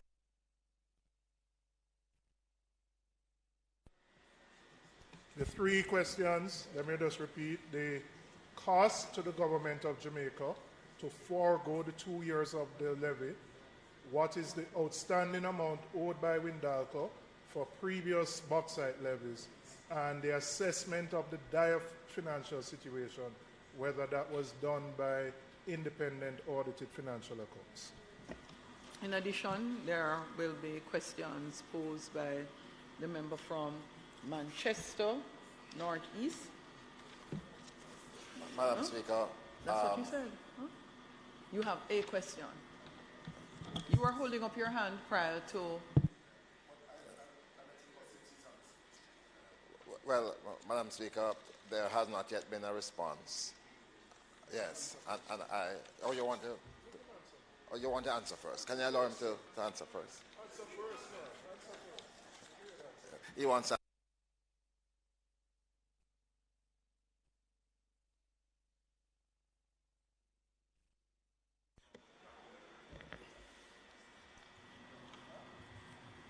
So, Madam Speaker, I don't have the precise figure, but the Windalco has been on the bauxite levy regime from 2018 until now. Let me remind this House that the previous government had reason to grant Windalco a bauxite levy waiver between the period of 2012 to 2018. Since 2018, we have insisted that the bauxite levy remain, and they have been on it to the point of 2023. There are amounts owing over that time period, and I would only be in a position to give you an estimate as opposed to the precise figure. But the amounts owed, and maybe by the end of the session I'll get information. My phone is not picking up. But what we're going to do, member, is the amounts. Windalco is the only company that has been paying the bauxite levy, and they have been. There was a hiatus because they had financial troubles. They resumed and were paying the back amounts. And even last month, in June, the government would have received an amount in June 2023 relating to a previous period. I will get back to you on the total amount owed. The cost to the government, or the amount of the bauxite levy in any particular year, you will no doubt know, depends on the price of the bauxite and the production levy. So I could only give you an approximation, and it could be off by $1 million, $1.5 million either way. So an approximate figure would be about $5 million US, plus or minus, per year, plus or minus $1 million, $1.5 million, somewhere in that range. But I want to contrast that with, Madam Speaker, the fact that the payroll for Windalco on an annual basis is $24 million US. $24 million US on an annual basis. That goes to 600 Jamaicans, and that is what is at risk. If the plant closes, that $24 million US that comes in every year to pay Jamaicans would go to zero. And what we are giving up in order to ensure that those jobs are saved is an amount of $5 million approximately. So it's $5 million that you give up, but we keep $24 million per year of jobs in Jamaica. And in addition, Madam Speaker, the bauxite that they export, or the alumina they export, brings in foreign exchange earnings of an approximate level of $150 million US. In terms of an assessment, the question assessment of the financials. So the parent companies is publicly traded. The fact that the entity, certainly UC Rosales information is publicly available. EN Plus who is the parent of UC Rizal. Their information is also publicly available. It's no secret that in the case of UC Rizal, there were reports of their audits not being able to be, there were reports, and we use that word, of qualifications to the audited financial statements because people wondered about the going concern nature of the operations and the losses that they have experienced are detailed in their annual report. That's publicly available. No, I'm answering in steps. I said EN Plus, UC Rizal, that's publicly available as well. With respect of the Jamaican operations, the chairman of the company, who is a former senior government official in the United States government, he's now retired, he's a former Undersecretary of State, I think under Condoleezza Rice, and he was Assistant Secretary of State under another Secretary of State. He's now in the position of chairman and brings a particular, we have been made to understand through dialogue and conversation with him that the local operations, have lost substantial amounts that I would not necessarily, go into detail on the exact amounts since it's a private entity, but substantial amounts, and that's not new. They were willing to tolerate the losses under prior global circumstances, but under these circumstances, the nature and the level of the losses are such that the only other viable option would be closure. One other question. So the removing the levy of $5 million US would allow them to increase their production, as they have indicated, as you have indicated in your statement, that they'll produce 10% higher, and so the increase in production would be a result of a reduction in their costs? I don't see that correlation. No, I think they have a long way to go to reduce the cost substantially. Giving up of the levy, and you remember I told you it's an estimate with a range, giving up of the levy would reduce some of their costs, but it would not, in and of itself, trip them into a profitable position. With respect to the production, last year they produced 422,000 tons, and that was coming down from a period maybe a few years earlier where the production was a bit higher. Over this 2-year period, they have agreed to have production at a level of 460,000 tons, which is a 10% increase. And that is good news for the industry, for the people employed, and for Jamaica. This, member, is just one of other steps that are being taken. This step within the control of the government to assist in the situation. But the other things that have to happen, for example, I know the member has asked this question before, the Kirkvine reserves of bauxite are of much higher quality than the Yuatan reserves. And the higher quality would mean higher gross profit. The challenge is getting to the Kirkvine facility from the Yuatan plant today is not possible. A road has to be constructed, and the government has a role to play in terms of, in terms of enabling that to some extent. It is my hope and expectation, and indeed it is the intent, that that road is put in place, obviously at their expense, so that the production facility can have access to the higher quality bauxite that's at the Kirkvine facility. Madam Speaker, the issue of the survival of the players in the bauxite aluminum sector has confronted us time and time again. And this is largely due to the fact that Jamaica continues to be regarded as a swing location.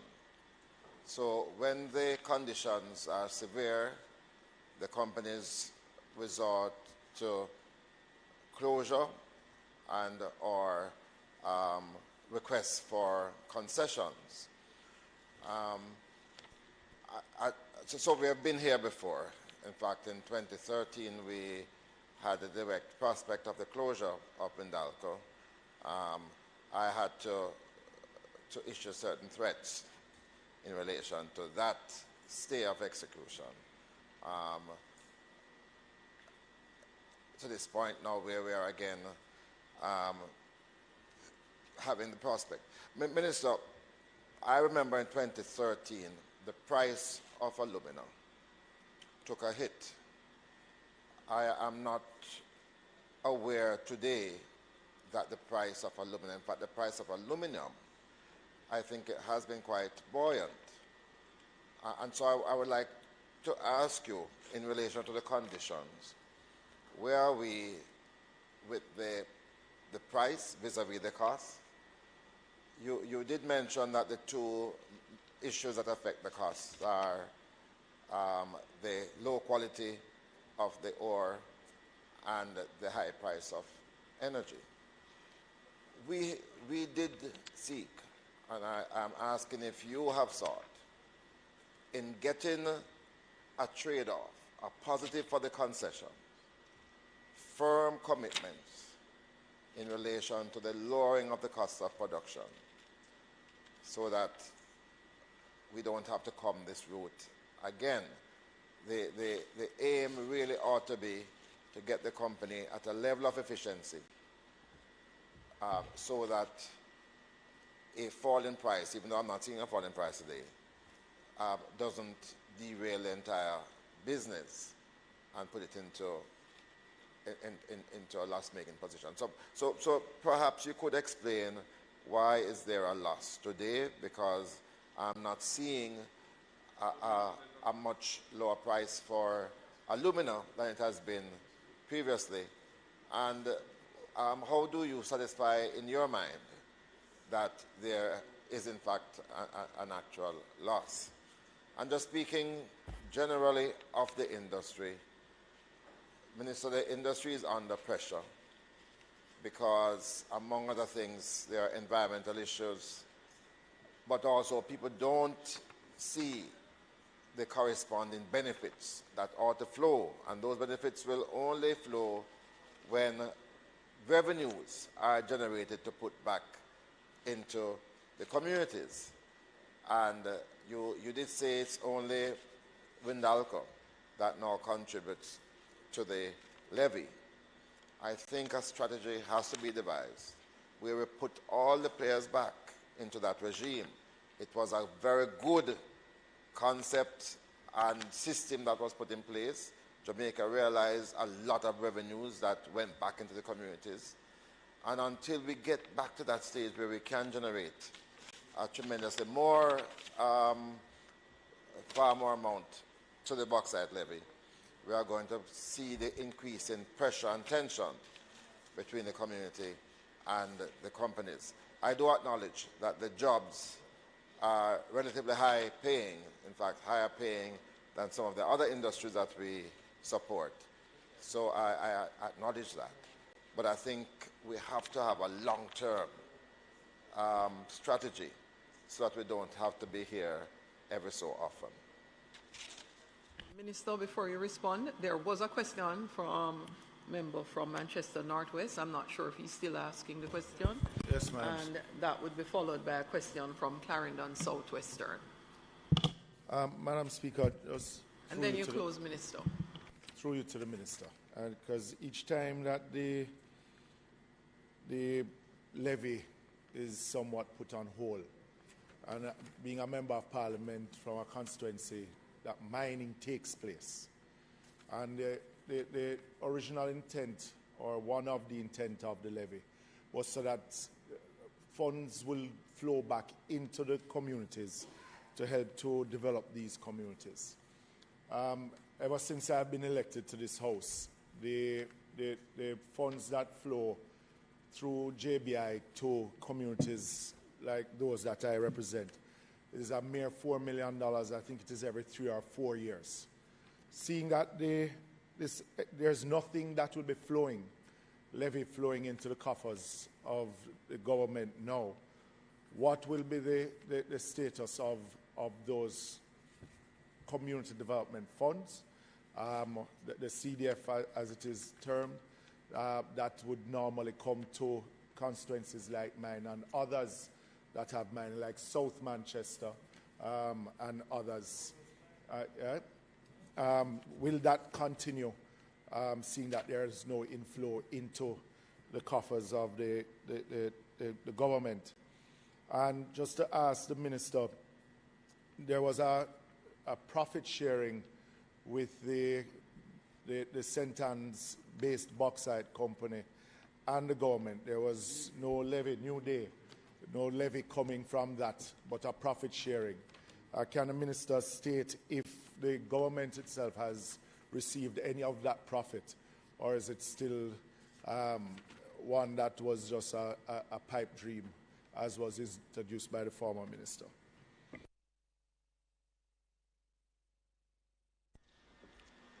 Thank you, Madam Speaker. Minister, I heard you mention earlier that a road will have to be constructed from Kirkvine, where the high value reserves are. Are you referring to a real road or a haul road? Haul road? Interesting. I'm thinking about the terrain and the distance between the parishes and the nightmare in terms of arranging all of that. I'm thinking that perhaps you may have to consider the haul road as the real road as a likely solution. However, notwithstanding that, have Windalco indicated to you how much money they owe the local contractors? That's another issue. As I said, they pay the staff X amount per year, but they owe a lot of local contractors significant sums. So that's also an issue you have to discuss with them. And can the minister say how much money they have indicated that they owe the local contractors and that are still outstanding and past due payment for months? So those are my questions for now, Minister. Minister.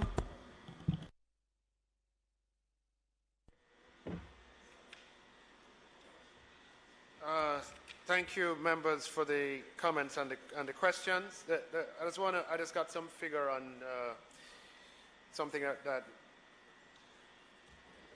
a member from Southeast St. Andrew had asked. From 2018 to 2023, the total levy due would have been $32 million US. And just so you understand, the production volumes in 2020 and 2019 were much higher than they are today, and 2020, approximately, quite a bit higher. Of that 32 million between 2018 and 2023, we have received approximately, I'll give you approximate numbers, about 20 million of that. So we still have, in terms of amounts owed, about $12 million US to still collect. But as I mentioned earlier, that 20 million US that we received in bauxite levy payments over that time period would have been the only entity that would have been contributing to the bauxite levy. And as a result of these inflows into the CDF, as I mentioned, when we have those resolutions to draw from the CDF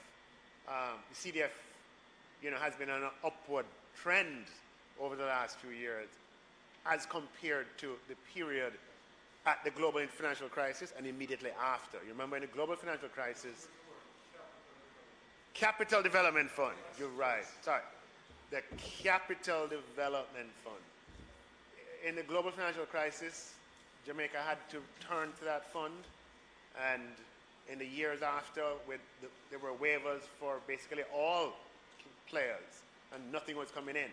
So the last 5 years, thankfully, we've been able to add approximately 20 million US, $3 billion approximately to the Capital Development Fund. We have taken out 200 million a year for the operations of the Jamaica Bauxite Institute. We have another 12 million US, which is about 1.8 billion Jamaican to come in. So I think that for the foreseeable future, the Capital Development Fund has enough in there to, deal with the, local issues if that is how we choose to use it. On the question of, right, so yes.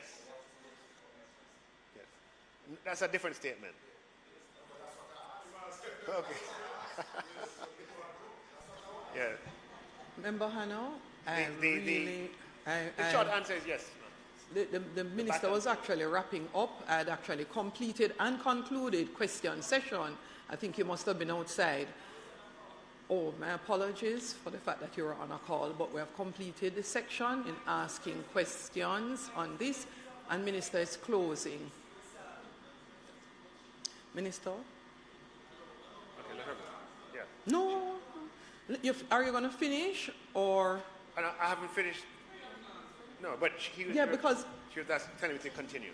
Yeah. So, with respect to the question that was, I'm happy for the very balanced contribution. Someone who has held a mining portfolio, it's very important that we get a balanced contribution from you. And you're correct in the fact that Jamaican operations have been swing operations. And when there's a downturn, among the first places in the world that get affected are us. The reason is that our operations are not yet in the top tier of the top quartile of efficiency. And when there's a downturn, the ones that are least efficient, they get affected first. And I know the minister will speak to the strategic efforts over time that will be made to improving the efficiency of the sector.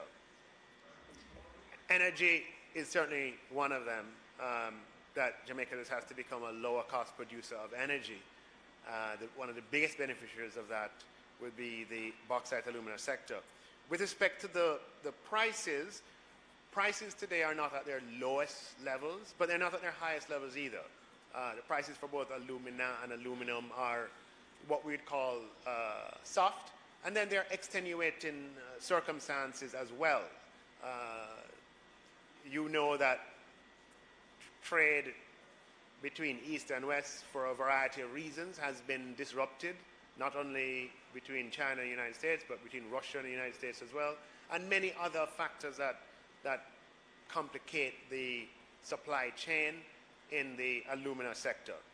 The fact that the companies are experiencing challenging financial times is borne out by the observation made by our colleague member, who pointed out that the effects of the change in fortunes of Windalco are already being felt by persons and entities who supply services to that company. And the member reports, and I think he reports with some degree of authority, that some suppliers, some contractors are having difficulty being paid.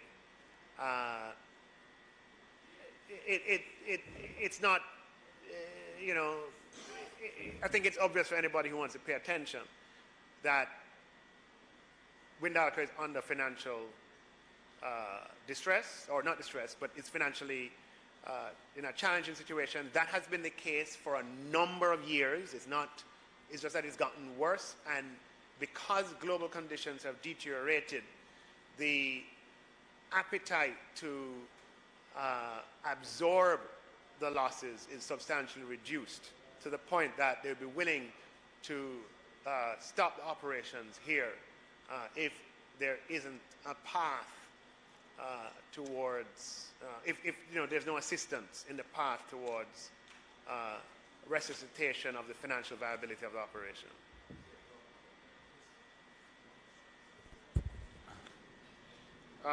So just to remind you as well, though, that we also get a royalty, I should have mentioned that, from Windalco, right? And the royalty remains, and the royalty is $1.50 per ton, and that will be at least 600,000 dollars over the, per annum over the next 2 years. Hold on, opposition leader. Yeah. So we're just going through procedures.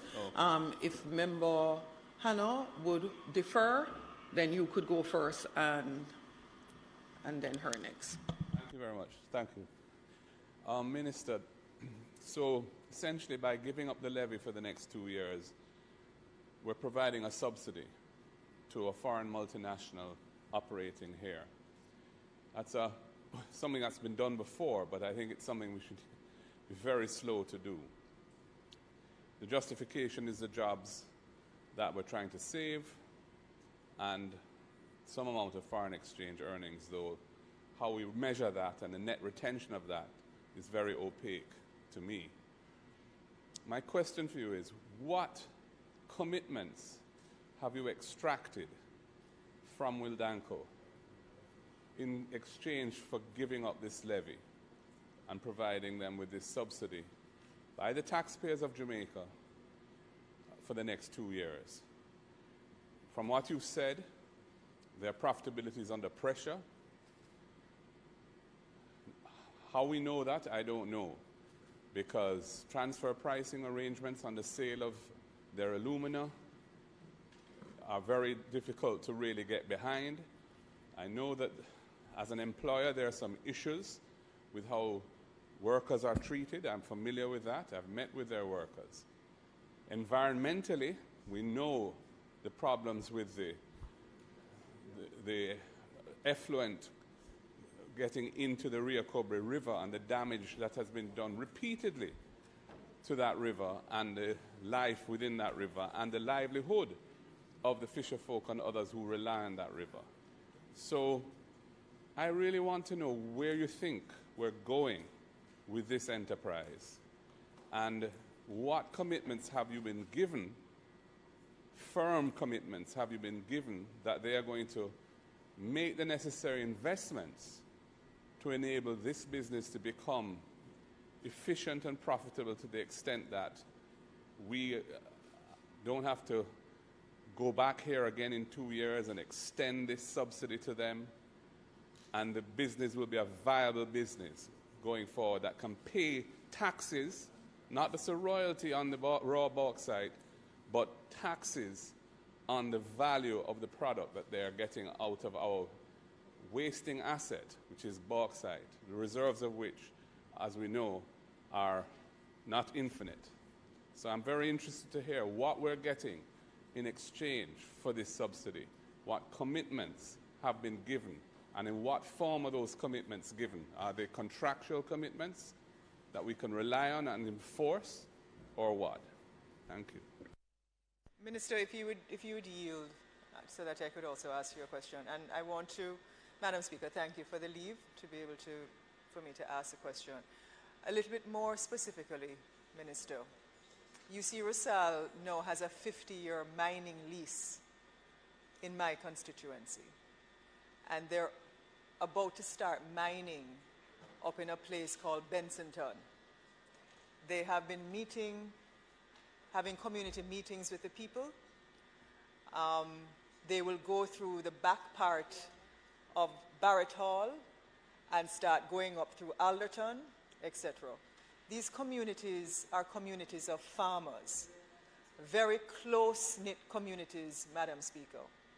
I know parts of your constituency have limestone, and when some of those marl pits are being dug out, the dust, and I don't even have to explain to you, even in the harbour view, what the people are going through with the dust.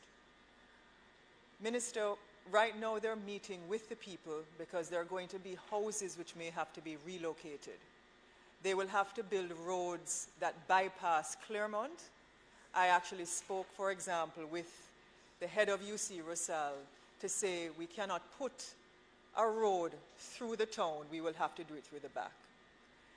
The leader of the opposition asked the question about what contractual arrangements are going to be in place if people renege, or if they're not a partner, or if they're giving up the subsidy, if we're giving up that subsidy, what will be the terms and conditions under which we can expect the company to perform, especially within communities where they will be mining bauxite and dislocating people. Now, I understand transnational corporations have to make a profit. But I also understand as a member of parliament that the people of my constituency, their interest comes first. I've had to go to Russia, not physically, but to even just go back and forth to Russia to ask for a minute piece of land for a rest stop for the people of a particular community because it was built for mining. Right now, we can't even use the money from TPDCO yet. They have wells in the area. We can't get access to the wells for the people. The problem that we're going to face in my constituency is that the reclamation of farming land, I don't even think the farmers recognize yet what is going to happen there. So while I've been speaking with UC Rizal as a conduit and we've been having the community meetings, etc., it is a real issue that, let us say, for example, they're having meetings face-to-face with just the company and the residents. What assurance do the residents of my constituency have now that they have any recourse against this transnational, international company if them farming land not come back, if they have the asthma that can't be taken care of, if they can't get the monies that were promised to them for a new relocation of the house that they were promised, if when they build the road, them tear down a retaining wall and I can't get NWA or Parish Council to fix it back. There's some real issues, Minister, and they have a mining lease for 50 years in that area. And so while we will be giving up 2 years, I am concerned because they've already built the road coming from Ewaton, coming down parts of Blackstone Edge, coming down. You know, member from Southwest Santana, and you know because you have bauxite. And typically, Minister, where constituencies have bauxite, it's very hard to access water. It's almost like you have bauxite, you don't have water. It's like a... So I'm really putting it on the table. I know Northwest St. Andrew don't have no bauxite. But these are real issues in rural constituencies. And I'm asking you to make sure that whatever arrangements are made, it's one thing for them to come off because they need the profits, etc., and to keep jobs. But people's lives, I don't know if you ever saw that picture of Southwest up in your constituency where they dug the bauxite and the house nearly dropped off. It was right down the line. And these are some of the things that we're now going to start experiencing in my constituency. Thank you. Minister.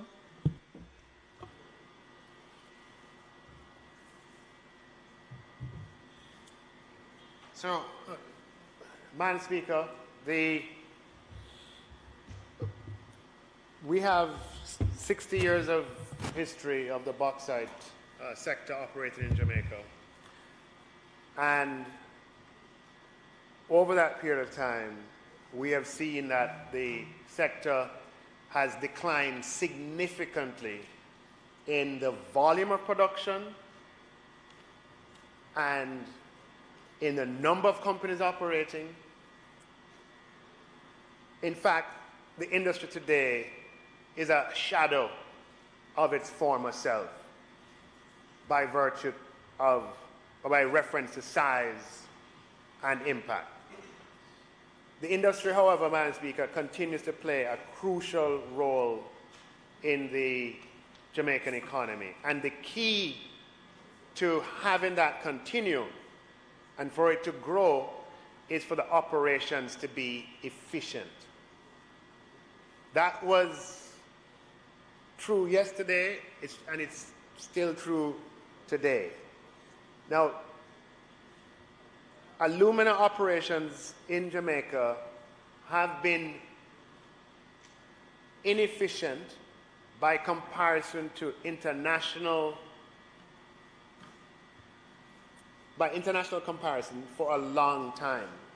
And that inefficiency is compounded by a cost that does not have a relationship with the profitability of the operation, meaning it's a cost, the levy, the way it's structured, it's paid regardless of whether the entity is making a profit or not.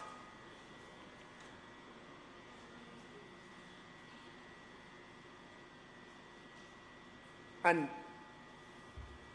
it's one thing if we were efficient in other areas, we're efficient energy, efficient in other areas, and then we had this, but that's not the case, and as we know.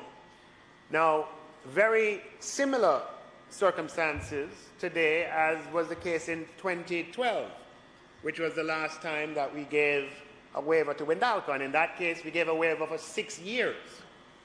Here we're talking with a waiver for 2 years. The nature of the commitments that we have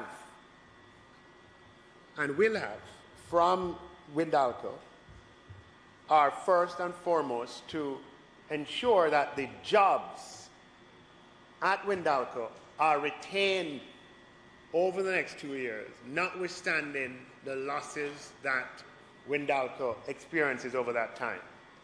And these are jobs that pay an average of $40,000 US a year, which is 7 times the national income average. There's also a commitment to increase production from 2022 levels by at least 10% in each of these 2 years. And in addition, both the government and Windalco intend to work together so that within the foreseeable future, and hopefully within the 2 years, the production facility at Ewerton can have efficient access to the higher quality and much better bauxite at the Kirkvine facility. In respect of the questions from the member from St. Anne,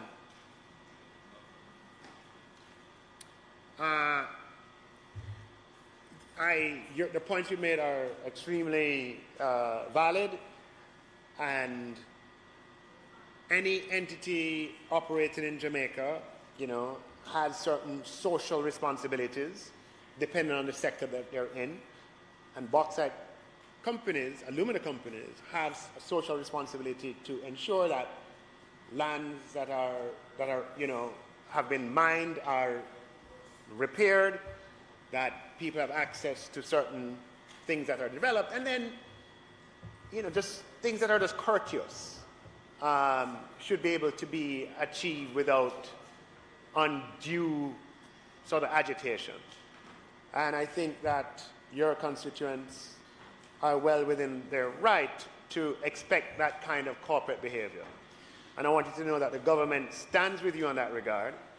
I am not the Minister of Mining, but in my individual capacity, I stand with you in that regard. I know that the matters that are of concern to you are also of concern to the Minister of Mining.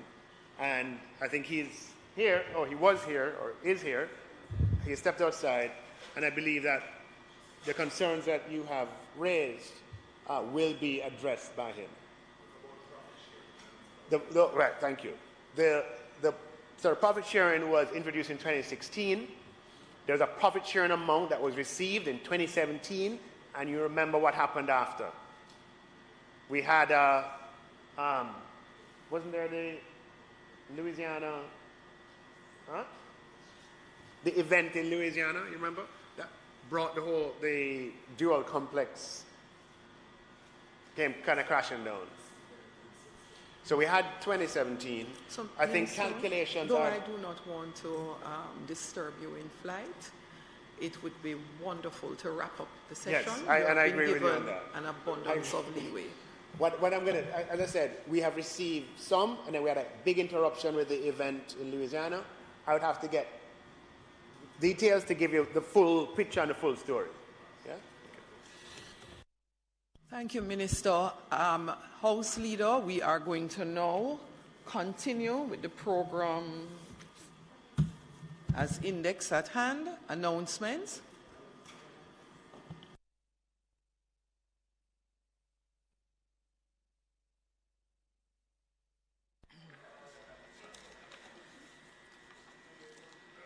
Laid on the table of the House today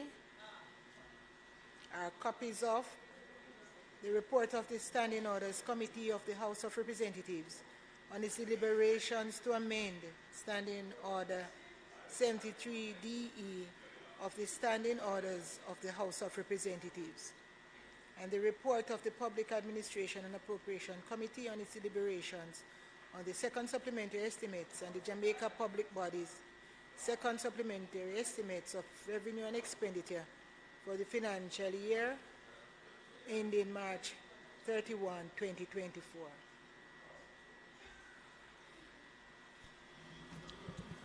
Thank you. Reports from committees. Are you ready? We will take report from the Standing Orders Committee first.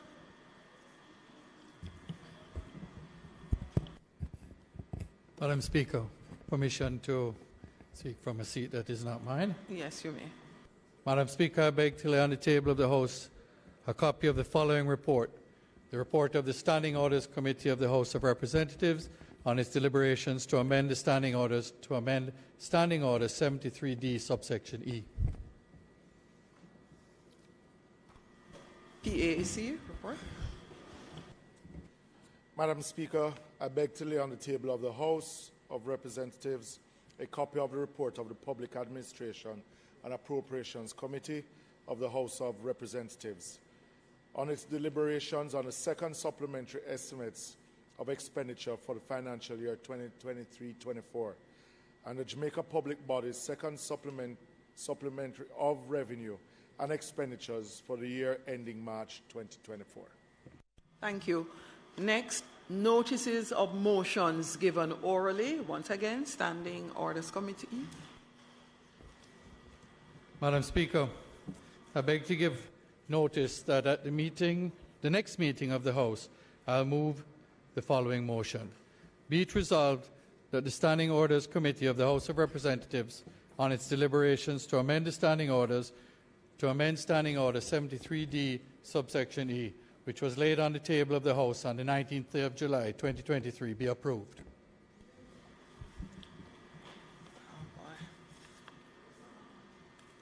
No, man, that's fine. It's correct. Minister Malahuford, next.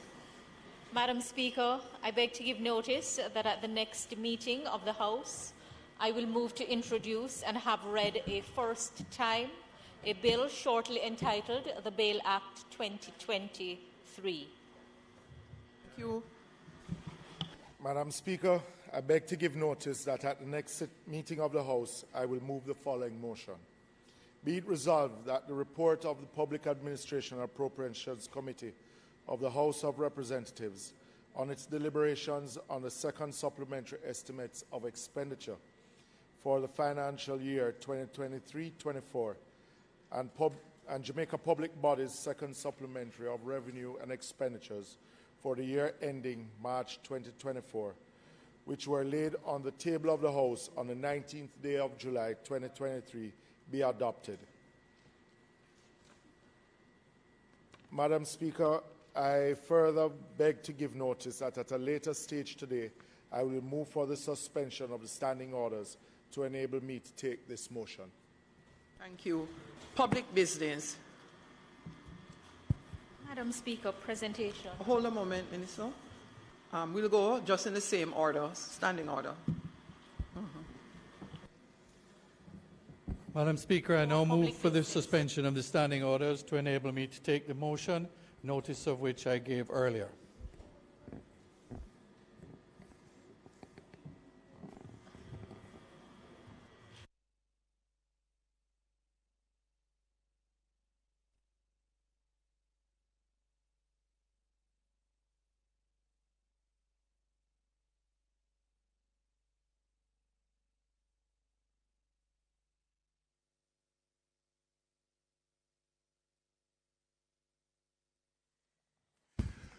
Madam Speaker, I now move for the suspension of the standing orders to enable me to take this motion, take the motion notice of which I gave earlier.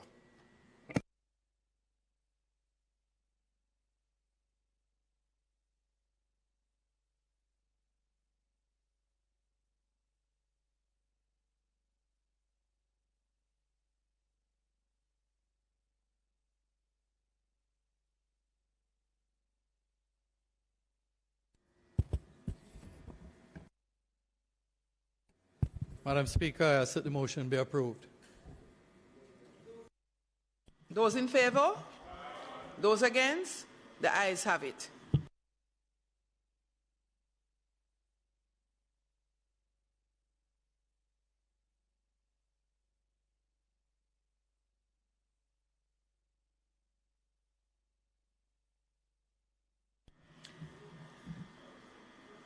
In respect of suspension of the standing order, those in favour? Those against? The ayes have it. That covers Michael. Now, I will have to ask for a recommittal because we did not call again the segment as it relates to presentation of bills without leave of the House first obtained, and so that's why I ended up having to skip over Minister Malahoo Ford. So we're asking for a recommittal. House Leader?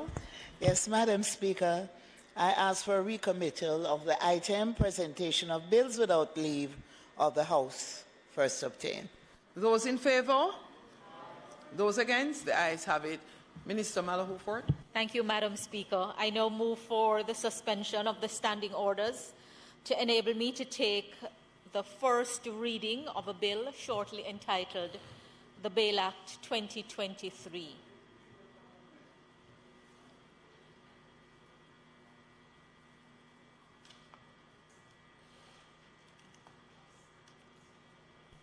Members, the question is that the standing orders be suspended to allow the Minister to take the first reading of the bill. Those in favour?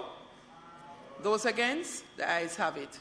Madam Speaker, I now move that a bill shortly entitled the Bail Act 2023 be read a first time. Thank you, Clerk. A bill shortly entitled the Bail Act 2023 read a first time. Madam Speaker, I beg to give notice of second reading of the bill.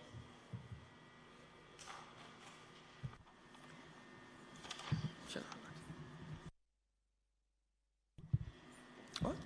Oh, I'm going back to it. Public business.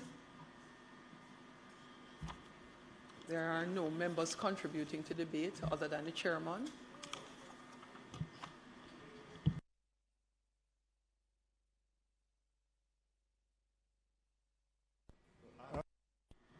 We are not at committee stage. We're just allowing the chairman to complete presentation of the report at public business, and then we move to committee stage. So, Chairman, we're at public business, and it is just to conclude the debate on the report if there are no other contributions. Madam Speaker, as we try to find our way through the maze, thanks for giving me the opportunity to present the report from the PAAC with an overview of the second supplementary estimates of 2023-24. The Financial Secretary noted that the second supplementary estimates proposed adjustments in expenditures totaling 29.33 billion, comprised of 14.8 billion compensation of employees, 8.94 billion recurrent programs, and 5.6 billion loans to public bodies. These adjustments were in four main purposes. These included transfers from the contingency allocation under the Ministry of Finance and Public Service to individual ministries, the allocation of one-off grants to the Urban Development Corporation, National Water Commission, and the municipal corporations to assist these entities in meeting their obligations. The provision of loans to provide working capital support to two self-financing public bodies, notably Petrojam and the Sugar Company of Jamaica Holdings, and adjustments to the central government estimates of expenditure as a consequence of changes in assignments of subjects and departments, agencies, and other public bodies. In relation to financing of the second supplementary estimates, the FS indicated that the 29.33 billion adjustment in central government expenditure will be financed as follows: 14.8 billion for compensation of employees will be financed through transfer from the contingency allocation for this purpose. 8.94 billion for recurrent programs will be financed from additional revenue flows arising from the performance of revenues to date. The 5.6 billion in loans to public bodies will be financed from cash resources. Findings and recommendations. A 5 billion loan to Petrojam. In relation to this loan, the General Manager explained that at the onset of the Russian-Ukraine war, it was anticipated that oil supplies might be disrupted. The oil had been purchased at about $120 a barrel, but prices has since fallen to $80 per barrel, and thus there was an impairment in Petrojam's account. Because of that impairment, Petrojam working capital financiers had expressed reluctances to continue their usual support, and thus the entity had turned to the Ministry of Finance and the Public Service for budgetary support.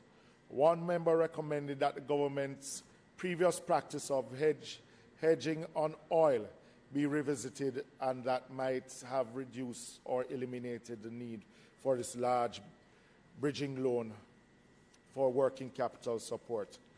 Outstanding emoluments for former political ombudsman. The FS explained that the former political ombudsman had brought to it the attention of the Ministry of Finance and Public Service that in the salary adjustments exercised for 2015 to 2022, her compensation had not been adjusted, especially in relation to the annual increments. Hence, the outstanding sum is now provided. The FS reported that the loans to the Sugar Company of Jamaica Holdings was to make up for the shortfall in the entity's lease and management income. The committee inquired why a grant of 1.7 was included in the second supplementary estimate for the National Water Commission.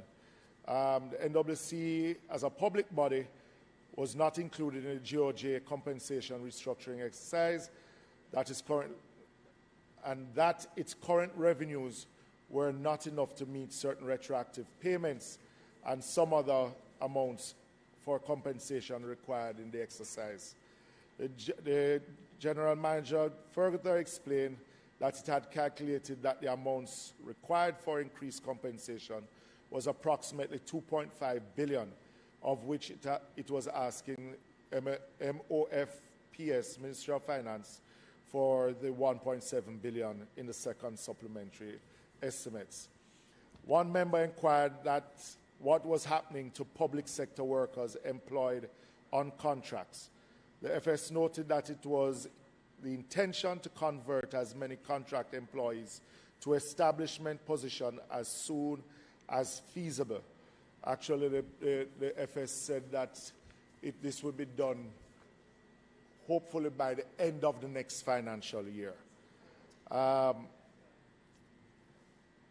But that given that thousands of persons employed on contracts with the public sector would be done in a phased process. FS added that the Ministry of Finance and the Public Service anticipated that it might take up to 2 years to get this resolved. One of the observations, Minister, in the committee also was how this exercise itself has hampered some departments within government namely the National Works Agency and their procurement department. And it was suggested that an overall look is taken right across the public sector so that incidents like what happened at the National Works Agency, where there were quite a number of contract workers and the bulk of them in one department. And because of the whole compensation review and trying to put them on the permanent role, that it had hampered the work of the National Works Agency. And that an overall look is taken over the total government to see where these shortcomings may be in departments and agencies, so that there's not a slowdown of government's productivity in the coming years until we complete this exercise. Madam Speaker, I would like to again thank the members of the committee, as the Minister called on Monday to table the second supplementary on Tuesday. And again, for about the umpteenth time, we are providing it in record time. But I also want to thank the staff that works with the committee for ensuring. And as I said to the Minister yesterday, that when we're off summer break, that we're going to get to the usual business of the PAAC, as we have not had a proper meeting of the PAAC in quite a while. And the supplementary budgets have taken up most of our time. So, Madam Speaker, I thank the committee, the members of the committee, and the staff that made sure that this report is ready for today. Thank you very much. Thank you very much.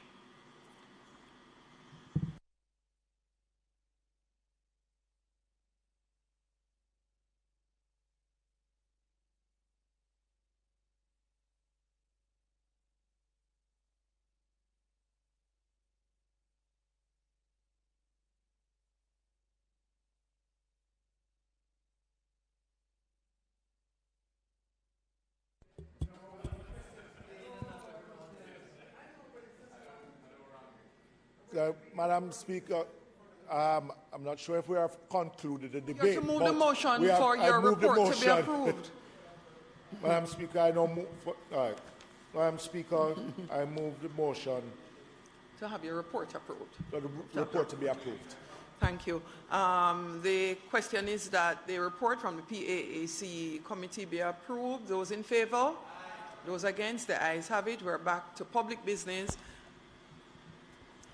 On motion for the adoption of the... Madam Speaker. I'm sorry, Madam Speaker. I'm a little confused. So we are moving to standing finance. Madam Speaker, I think I should be allowed to conduct the business of the House. And so at this time, Madam Speaker, I ask for the item notices of motion given orally to be recommitted. Thank you. Notices of motion given orally. Minister Clark.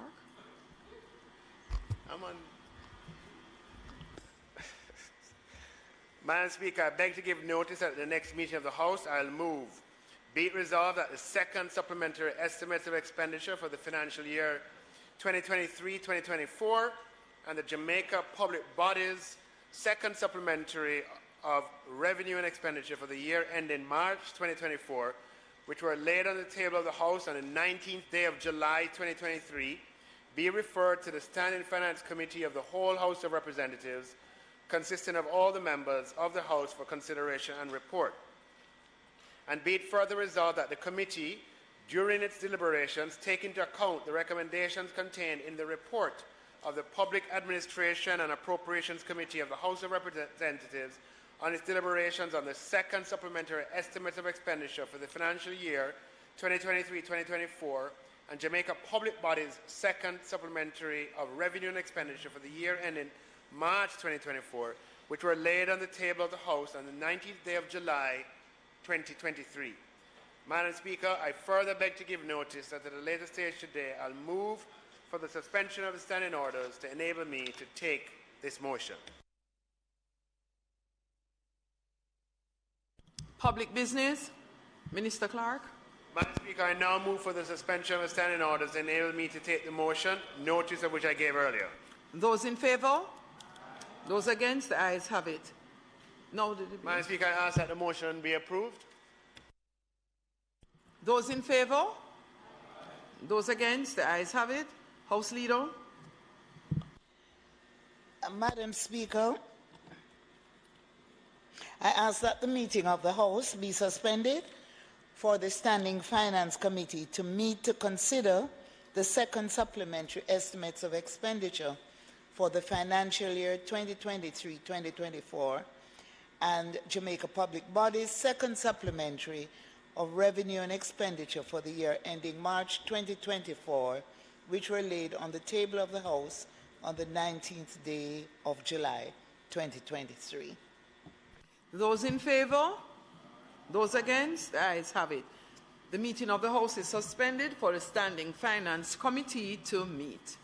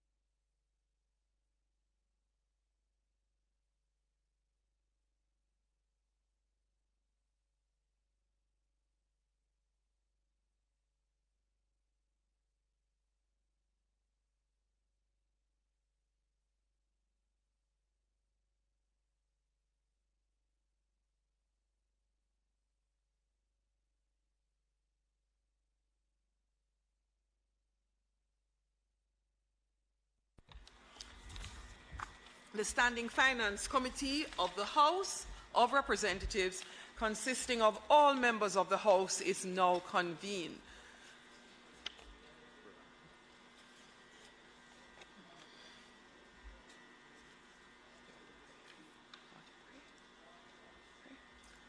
We will now ask Crystal Lee to pray. I don't know.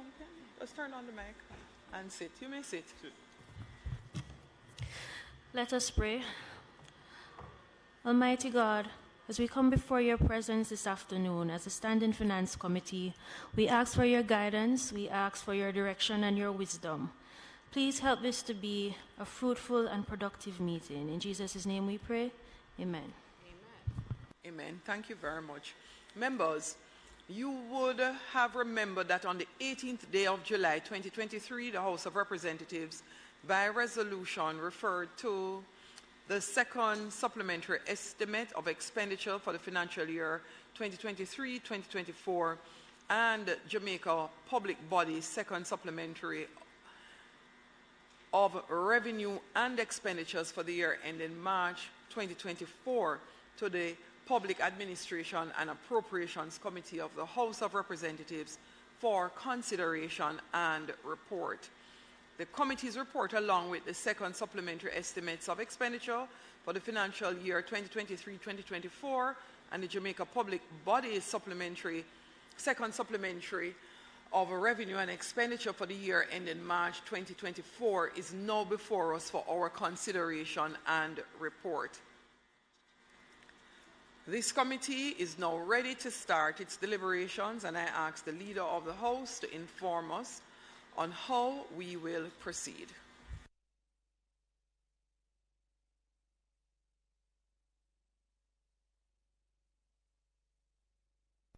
So, Madam Chair, the Minister of Finance will speak to the report. I'd say a few words, and then he's open for questions. Thank you. Thank you, House Leader. So the second supplementary estimates primarily concern making provisions for the implementation of the second year of the compensation restructuring. The restructuring is implemented over a 3-year period. The calculations for the second year would not have been available from ministries, departments, and agencies in preparation for the budget, and so a contingency amount was placed in the budget. And what the second supplementary primarily does is to allocate or to reallocate those amounts to the ministries, departments, and agencies so that payments can be made. It does not represent the full process. We will have to do other ministries, departments, and agencies once those have been finalized and accurately calculated. I'll, at this time, House Leader or Chairman, ask if there are any questions. Thank you, Minister. I do have some questions. I'm going to start with the $5 billion loan to Petrojam. The report says Petrojam purchased oil at $120 per barrel somewhere near the start of the Russia-Ukraine war. Could you indicate, one, the time period, the dates, or the series of dates on which this purchase was done? Secondly, the 1 million barrels, could you indicate how the approximate usage, or how long does it take for 1 million barrels to be used in our system, meaning whether it takes 3 months, 6 months, etc.? And then my final question, the basis on which, I know we were in an environment of uncertainty, I accept that, but the government's own projections for oil prices, my recollection was somewhere between $60 to $70 as per the ministry paper and the, what that book name? Yeah, about $70. This is 3 bound. The time period that the oil was bought, the length of time that 1 million barrels would take to go through the system at Petrojam, and then the basis on which the price of 120 was used. I have other questions, but I'm starting with those. Before the Minister takes the first set of questions, there is one amendment. The report provided to us, Jamaica Public Bodies, second supplementary of revenue and expenditure should actually read first supplementary. Because in May, there was one, this would be the first supplementary. So even though it's a second, it's the first supplementary. Yeah, in the first supplementary, we only changed the central government tables. The public bodies were not changed. First one were the public bodies. So the technicality. Yeah.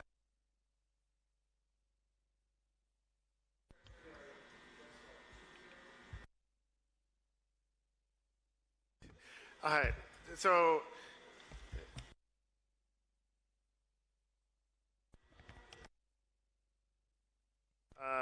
Chairman, the question, Petrojam requires a loan for working capital purposes. In respect of the specificity of the questions you asked as to when they purchased and so on, I would have to get that information for you. You know, Petrojam is run by its management and governed by its board. Those are, you know, sort of operational questions that I would have to get our answer to and get back to you. And I promise you that I will. I have the same questions. Yeah, because it is now, I mean, $5 billion out of this supplementary is significant, given the other amounts that you're dealing with for the public sector compensation. So it is taking up the lion's share of the non-public sector compensation amounts. And it is a loss. And, I mean, there are other questions I have about the determination of pricing in an environment where they have bought oil at a much higher price than the prevailing market rate, and how do you determine what you charge the public? But I think it is important that we understand. It's a difficult pricing policy to understand, and I was in that ministry, and it's not easy to understand. But $5 billion to cover something, a bet which, quite frankly, has gone the wrong way, is a significant amount that requires some public transparency around. No, absolutely. If the interpretation of it is accurate, absolutely. The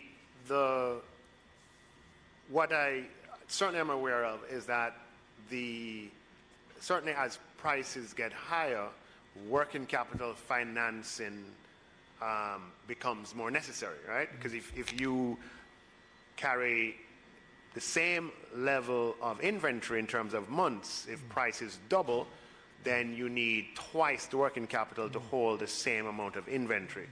I'm aware of that general issue that has affected Petrodram over the prior period and the need for more financing. What has been described here is a different thing, and I have to come back to you, and I would have the exact same questions that you would have on it. Okay. Yeah, the valid questions. All right, let me go to the public sector compensation. Can you confirm whether all the anomalies, particularly as it relates to the teachers and the Ministry of Education, whether those have been resolved by the ministry? That's first. Secondly, can you indicate what percentage of public bodies have settled their compensation with their workers? And if you could give me a percentage of the public bodies that have settled. And then third, in relation to the NWC, can you confirm whether the sum of the 1.7 billion would cover the heads of agreement that was just signed, which I know was done to avert the possibility of strike action, and whether there were any additional benefits that would have been extracted by the unions that would not have been covered by this 1.7 billion. So those are my three next set of questions.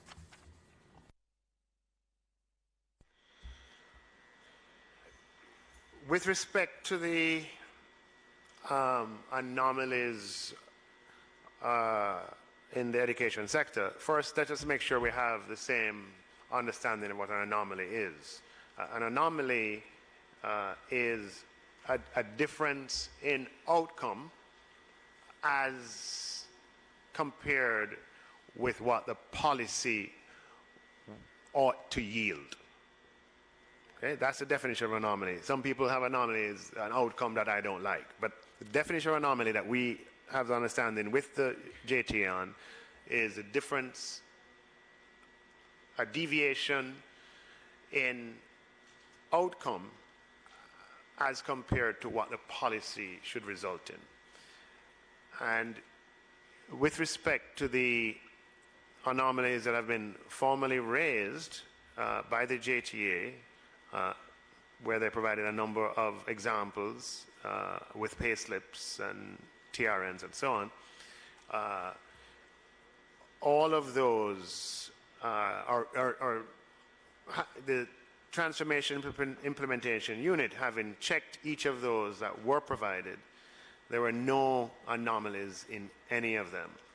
However, in terms of the calculations. However, in some instances, there were conversion discrepancies, and those conversion discrepancies have been pointed out for the Ministry of Education to address them. Well, I know you are not the Minister of Education, but can you say whether those discrepancies in conversion have been addressed, or give a time frame for, and how many persons we're talking about, and what amounts of monies would cover those discrepancies? So I believe that they are being addressed, those conversion discrepancies. The number of persons for whom the JTA would have provided details, I'd have to estimate the number, but I would say that if I can do it from memory, it would be somewhere between potentially 15 people and 25 people, in that range. That is what they provided physically. Again, it's an estimate from memory. I don't know how many of them there was a conversion discrepancy in, but the conversion discrepancies are being addressed, and a mechanism for flagging these kinds of issues if they arise, has been there's an understanding of what a mechanism ought to be, where they're pointed out at the local level, and the local level means the pay station, where the payments are actually being made and being calculated, which is a local, if it's a bursar-paid school, the school, and otherwise the Ministry of Education. And I believe that can I just system is interrupt you? working. You had set up a committee, or there was a committee set up to deal with these issues. Is that committee operational and working? No, so there are two separate things. As I mentioned, anomalies which represent a difference in outcome vis-a-vis what the policy would have dictated or implied. Anomalies are first, or ought to be, the procedure are raised at the local level, which means at the school in the case of bursar-paid schools, or at the regional office of the Ministry of Education in other cases. I think you're referring to on policy-based issues where we are in discussions with the JTA on policy-based issues. That has been delegated to a technical review committee consisting of members from the Ministry of Education, the JTA, and the Ministry of Finance and the Public Service. So just to summarize, based on your approximation, between 15 to 25 that have been brought to the attention of the government, and they are not anomalies as defined by you, but conversion issues, and you can confirm that those are being sorted out. Apart from that, you are not aware of any other issues from the JTA? Yeah. No, I'm not. There are no other specific issues. We have policy, based issues. Yeah. So, no. So that is what has been officially brought to us. But just to confirm, the policy-related issues, are those related to the compensation review? Yes, they're policy-based issues, and they quite a few of them hinge on matters of interpretation, and those have been delegated to a technical review committee with all the relevant parties, JTA, Ministry of Education, Ministry of Finance, for discussion and resolution. And that committee is meeting and dealing with some of that committee, a date was agreed for the meeting, and the JTA later wrote that they having agreed to the date, they could no longer make that date, and they have proposed other dates. The three parties who constitute that technical review committee are dialoguing to set the date for the next meeting. Are there any other public sector... Or for the first meeting, rather. Are there any other public sector groupings outside of the teachers for which there is a similar process to resolve outstanding issues related to the compensation review? Yeah, so we are in dialogue with others, and I mean the idea and the intention always has been for us to set up a process. We have a process that exists and has existed over the last few months where persons contact the TIU and have their issues addressed. But the only area in which we've had the type of challenges that we're discussing has been in JTA. We have other kinds of challenges and but the way it has manifested with the JTA is quite unique to them, the way it has manifested. Can I ask, on the issue of increments, which the Confederation has raised publicly and said that they had not agreed to increments being removed, what is the position of the ministry on that at this stage? I would say to you that there are a number of matters that we continue to discuss with the Confederation and with other unions, and the best place for that discussion is around the conference table with them. So they remain outstanding? We have this is a 3-year implementation. We're only a year and a half in. So we still have a year and a half to go, and a number of other things to get done and finalized, including the performance element and other elements. So this is an ongoing process over a 3-year period. Okay. All right, you can give me an update on the public bodies and what percentage have been satisfactorily completed? I gave one. I gave that update a few weeks ago in one of my presentations, and if we're working with an approximate number of public bodies of, let's say, 145, of 145 public bodies, up to a few weeks ago, we had concluded with about 135 of them. So if you want to use percentages, that's 93%. And the ones that remain outstanding are the ones primarily of a regulatory / commercial nature. Those are the ones that remain outstanding. Okay. Right? Regulatory, commercial. And we only have about 10 or less than 10 out of 145 that remain outstanding. All right. On the NWC, I'd asked whether the 1.7 billion would cover everything that would have been agreed in the heads of agreement yesterday. Does it? You remember the 1.7 billion is providing NWC with additional support. Right. The 1.7 billion does not represent the totality of the adjustment that NWC is making to its wage bill. Mm-hmm. My understanding is that on receipt of the 1.7 billion, and the NWC will be in a position to implement what it has agreed. Okay.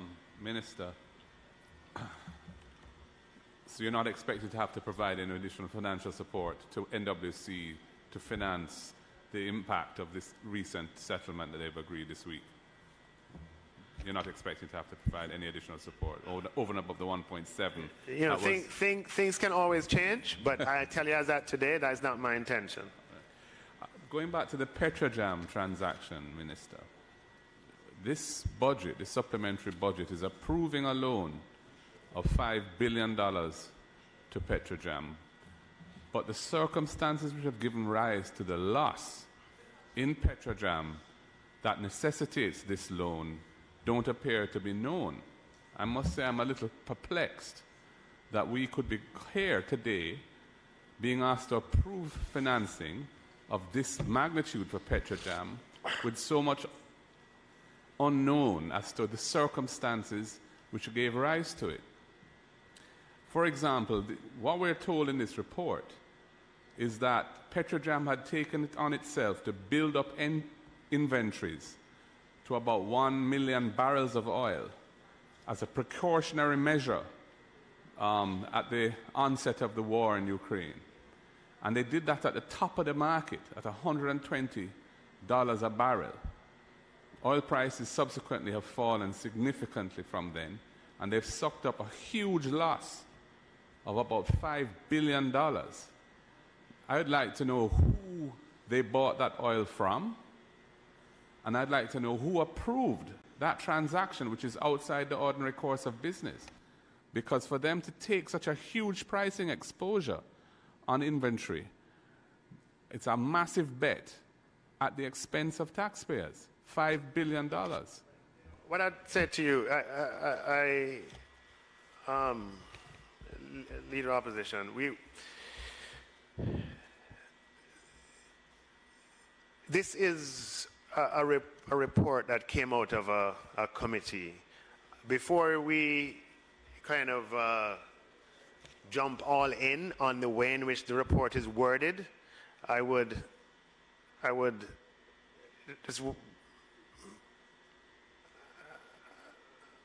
sort of caution on that. The essence, and as I said to the member on your left, that the specifics of what he asked, I will certainly get from that entity. The essence of Petrojam's financial need, and remember, this is a loan. This is not a subvention that taxpayers are giving Petrojam not to get back. This is a working capital loan to Petrojam, which will be repaid over the next 18 months. What happened is that when oil prices moved from the average level they were before to new average levels, which were maybe twice as much, their need for working capital financing increased dramatically. And that working capital financing was not available, that increase in financing was not available in the private sector on the terms on which Petrojam was prepared to secure it. Okay? There are terms for everything. So on the terms, Petrojam was prepared to secure it, and hence the request for the government to provide financing. It's not a subvention to cover a loss. I want to make that sort of clear. It's a loan to Petrojam to be repaid. It's a loan to cover a loss, and it's a loan which, if that loss wasn't made, would have probably resulted in distributions that would have gone into the consolidated fund in due course instead of a loan. So it is a major issue. And what the report is saying is that the private sector lenders, i.e. the banking system and the capital market, was reluctant to continue supporting Petrojam because of the impairment in their accounts due to this massive loss. So this is a transaction that needs to be scrutinized extremely carefully. Look, I'm reading the same report that you are, and it's a report that I am not pleased with. But I'm saying to you, before we jump off on it, remember it's at this point maybe I don't know who is second or third hand. No, it isn't. And just to help the minister, when these reports are compiled, it is either from a recording or from the Hansard that helps the clerk to prepare these reports. What was said in this was said by the chief financial officer of Petrojam and the newly installed managing director who was here. They were reporting on the questions that were asked about Petrojam, hence what came in the report. Let me just say that the way in which this is written, I would be the first to say requires more information, and I will request that information and share it with you in the House. The way the report is, I think we're going to be asking for a bit more than that. That definitely requires. We're going to be asking for a bit more than that. Minister, the loan to SCJ Holdings, can you say what the terms of repayment are to the SCJ Holdings? Also, in respect of NWC, I see the grant of 1.7 billion, and we have been hearing recently that NWC has been making a profit or made a profit of over 2 billion. So I'm wondering why it wasn't considered for them to receive a loan as opposed to a grant. A good question, member. With respect to NWC, I would have wanted it to be a loan as well, as you can no doubt understand. Unfortunately, NWC has a significant degree of leverage, and it probably would be a case of fooling ourselves if we insisted that it was a loan. And I think we're always better off acknowledging the reality up front. And the reality is that the support that NWC requires at this point is, shareholder support as opposed to loan support. With respect to SCJ, SCJ is experiencing a temporary cash flow challenge in that it is undertaking significant infrastructure works at the Bernard Lodge development, for which it will be paid an impact fee once the parcels are sold and title is in the name of the purchaser. As you can understand, that creates a cash flow challenge because you have to spend money up front, and then after the sale, you get the impact fee that replenishes what you have spent. And SEJ has had just a slight delay on the operational side of the development that has meant that there's a temporary cash flow gap is such that it needs funding. The validity of the loan, and I'm just the terms of repayment for the loan. How soon do we expect that they will be able to repay? Okay, with SCJ, we're in the process of agreeing that. We're coming here for the approval to give the loan. And in the loan documentation, we will express the time period to be repaid. But this is not a long-term loan, meaning it's not a loan beyond 2 years. In respect of Petrojam now, we are all aware of the fact that there's a legal issue as it relates to the ownership of Petrojam. Venezuela's rejected the offer that was made, and they are taking the matter to the higher courts to see how best it can settle. In contemplating this loan, did you take into consideration any of that fact? No, that's on a separate track. This is an operational matter that Petrojam needs the financing for its operations to continue in the normal course. That matter is a shareholder matter, and the appropriate forum to resolve any differences between shareholders, I think the appropriate forum is being sought on that matter. So thank you, Minister.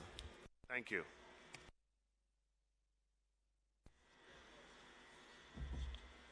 So, Madam Speaker, Chair, the amendments, you did that part already?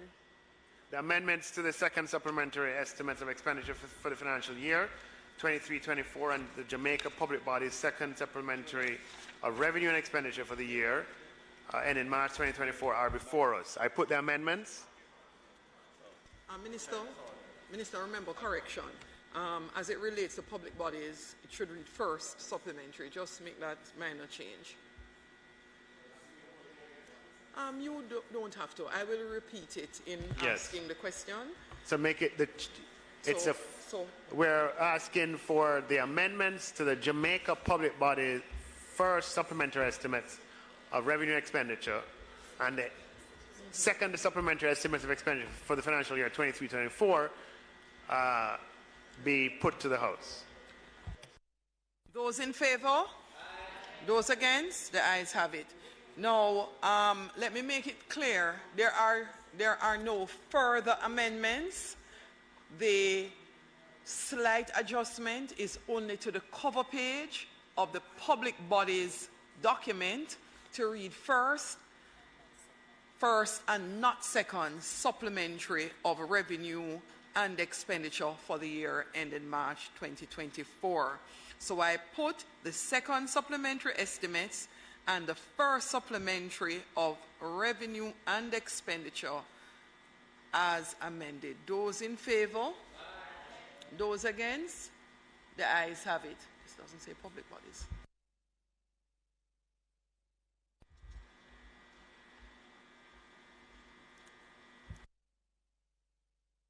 My apologies, I think I need to make a correction. I should not say as amended because we really have no amendment. That cover sheet is not to be treated as if we have an amendment. So we have no amendment.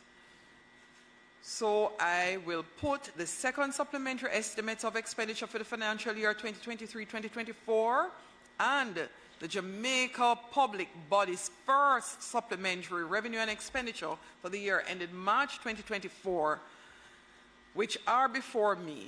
Is it the wish of the committee that I sign it? Those in favor? Aye. Those against? The ayes have it.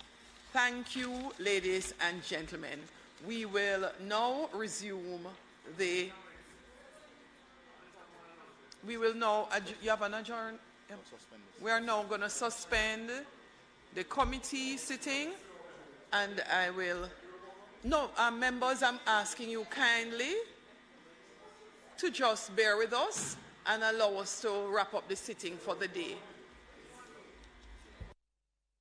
The committee is now adjourned.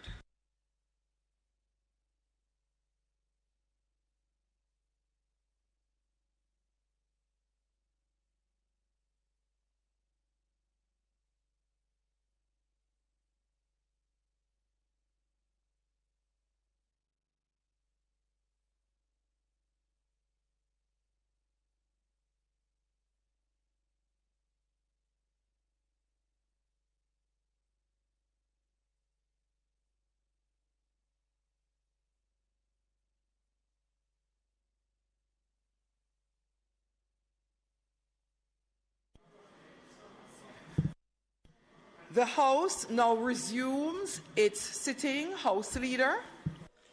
Thank you, Madam Speaker.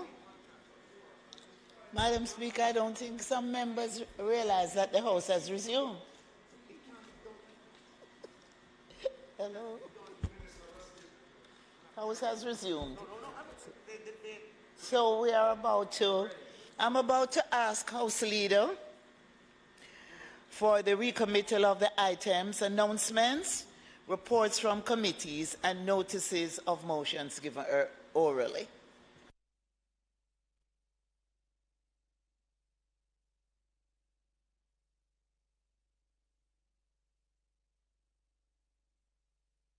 Those in favor? I'm fine. Those against, the ayes have it. Announcements?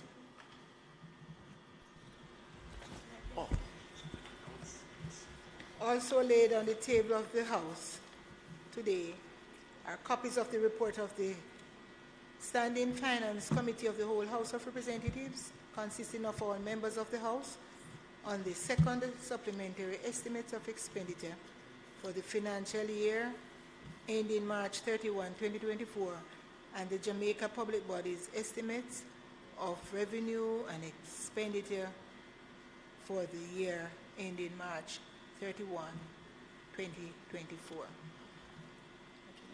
Reports from committees. Minister of Finance. Yes, it's ready. It's ready. Yes. Well, I'm telling you.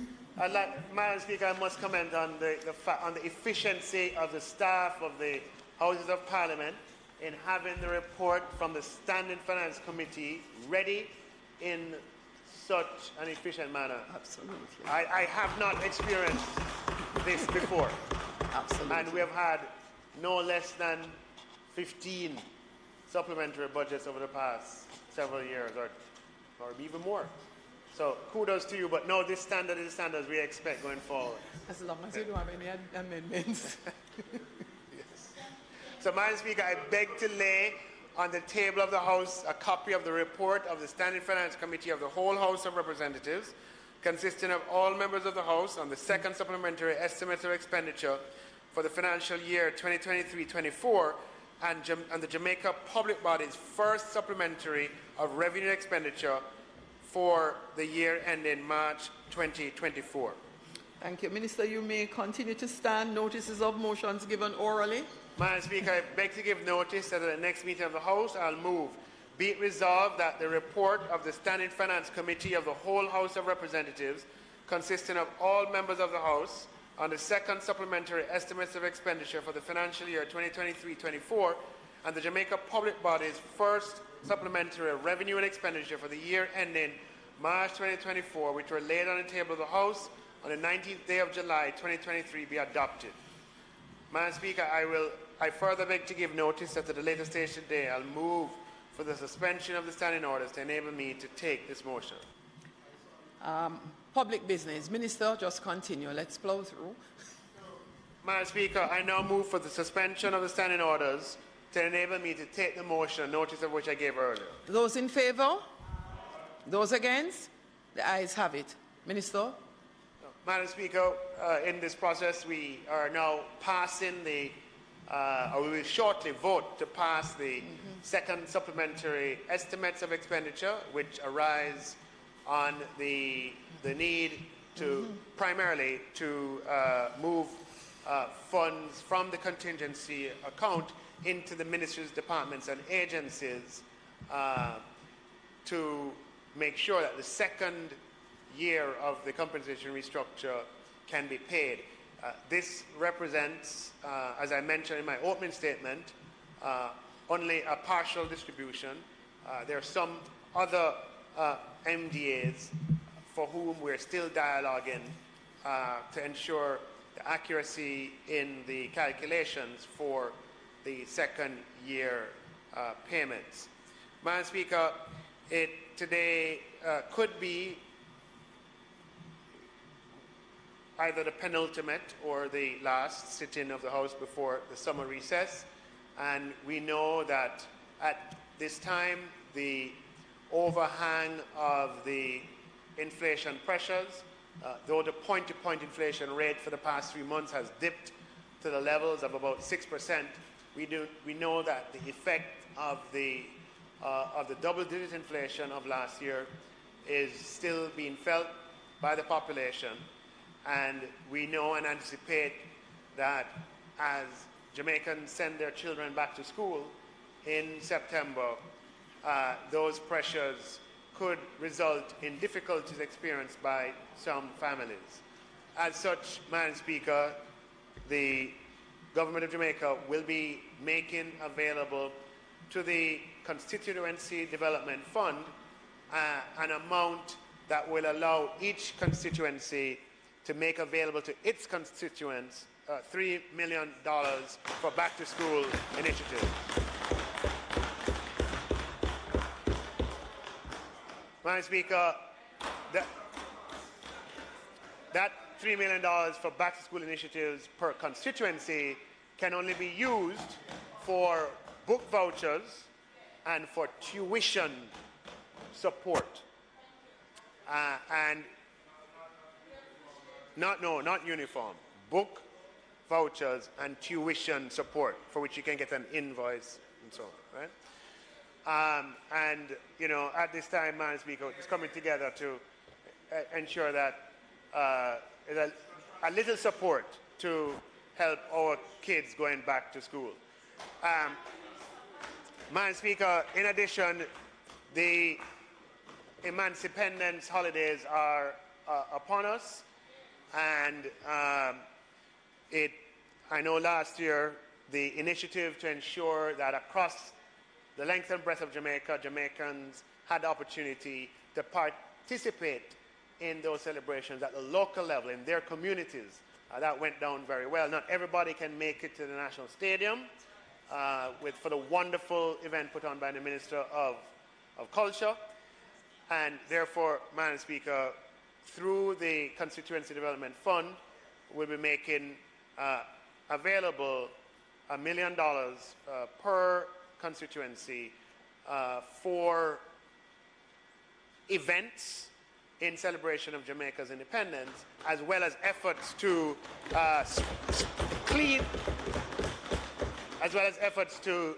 clean up local communities, towns, whether by virtue of beautification in the standard way, cutting of verges, etc., and also hosting of events at the community level. So, Madam Speaker, it is hoped that members of Parliament can be efficient in the use of those proceeds so that the Emancipendence holidays will be one that every Jamaican has reason to celebrate and enjoy.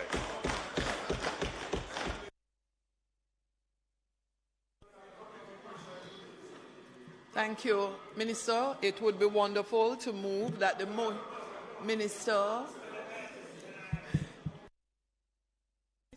if you don't mind, would you be so kind to move that the motion be approved to accept? Madam Speaker, I move that the motion be approved. Those in favour? Those against? The ayes have it. House Leader. Yes, Madam Speaker, at this time, I really want to thank the Minister. And I'll ask now, Madam Speaker, for you to invite the Minister to take the casino gaming minimum capital investment order, as well as the general consumption tax amendment of schedule. Thank you, Madam Speaker. Minister Clark. Thank you, Madam Speaker. Madam Speaker, I stand here to introduce the Casino Gaming Minimum Capital Investment Order 2023. This order, Madam Speaker, is meant to amend the minimum capital investment specified in Section 93D of the Casino Gaming Act to decrease the said minimum capital investment required by an applicant from $500 million United States dollars to $450 million United States dollars. This, Madam Speaker, is to enable Jamaica to benefit from significant foreign direct investment in Jamaica's tourism and casino gaming industries. Madam Speaker, as this Honourable House would be aware, Jamaica is being strategically positioned to develop its nascent casino gaming industry as part of our tourism product offerings. It is for this reason, Madam Speaker, that as Minister with responsibility for casinos and the gaming industry on a whole, I'm on the cusp of declaring an integrated resort development, which I have spoken about before in this House. You'll recall that we set up an enterprise committee, RFP was issued, we received bids, the bids, and so forth. On a previous occasion, I promised to make the details very soon, and I will keep that promise. However, let me remind this Honourable House that the grant of an integrated resort development order is a precursor to a casino gaming license. Madam Speaker, the establishment of a fully operational IRD will revolutionize Jamaica's tourism product, and this government is therefore prepared to foster and create an enabling environment within all lawful parameters to ensure the enterprise is successful. In previous amendments to this Act that I brought to the House, we would have streamlined and removed unnecessary and onerous legal and financial requirements that stymied the successful establishment of an operational IRD. I will remind the House that this legislation in the original form has been around from 2010, and we have not yet had one successful IRD. Madam Speaker, I give you that out of this process, we're going to have the first successful integrated resort development.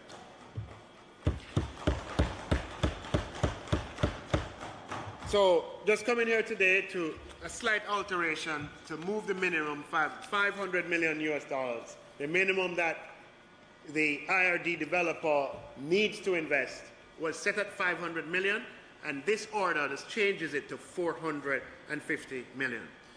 I'll now present the specific provisions of the order.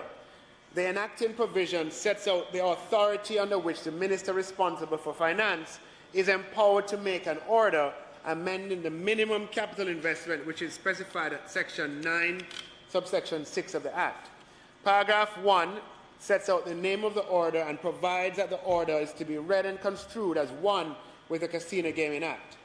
Paragraph 2 sets out the amendment of the section 93D of the Principal Act, which states that the words $500 million is to be deleted and substituted with the words $450 million. In closing, Madam Speaker, I'd like to reiterate the importance which the government attaches to this matter as we advance development, enhance economic growth, and secure our nation's future. Madam Speaker, I now invite members of this Honourable House to join me in affirming this order. Madam Speaker, just a couple of questions for the Minister. The movement from 500 to 450 is about a 10% reduction, which in the scheme of the types of investments you get in casino gaming doesn't appear to be a significant one. So I wanted to understand a bit better the rationale for this movement, whether we got a particular investor who came in at the 450 and we needed to amend to ensure that project would be implemented. Because, as I said, a 10% reduction for projects where people spend up to $1 billion US dollars seems low to make that adjustment. Secondly, in your previous presentation, I believe you had indicated that there was going to be a division in the island in terms of, I think, the north coast, the south coast, and some other areas. Can you indicate whether we have selected providers for, or whatever you want to call them, we have successfully gone through a process to select developers for each of the three areas? And then my third question relates to Tavistock and the joint venture with the government of Jamaica And if you could provide an update on the status of that. I think I'd asked you during the standing finance prior to the budget debate. You provided an update then, which sounded as if we were moving in a positive direction. If you can give us an update now. Thank you, Member. With respect to the first question, it's only out of an abundance of caution why we're making this amendment. We went to market with an RFP, and I'm answering your second question in this, and I'll come back to the first, with an RFP for applications for an integrated resort development license for 2 exclusive zones. One zone was the exclusive area of Hanover and Westmoreland, and then the other zone was the exclusive area of St. James. The third exclusive area is Trelawney and St. Anne. So those are the 3 exclusive zones. This RFP invited bids for 2 of those zones that I've just mentioned. And out of an abundance of caution, we're making the change from 500 to 450. We expect to be in a position in the very immediate future to be able to issue the first, well, not the first, to issue the first of the 2 IRD licenses that we would have advertised through this RFP process. And you will recall, Member, that we had set a loftier minimum capital investment, which was $1 billion, and we had that for over a decade, and we have not had, well, we had it for 13 years, and we have not had a single successful IRD over that time. And hence, with advice, we made amendments to change it from $1 billion to $500 million. And just out of an abundance of caution to ensure that everything goes smoothly we're making an adjustment from 500 to 450 million.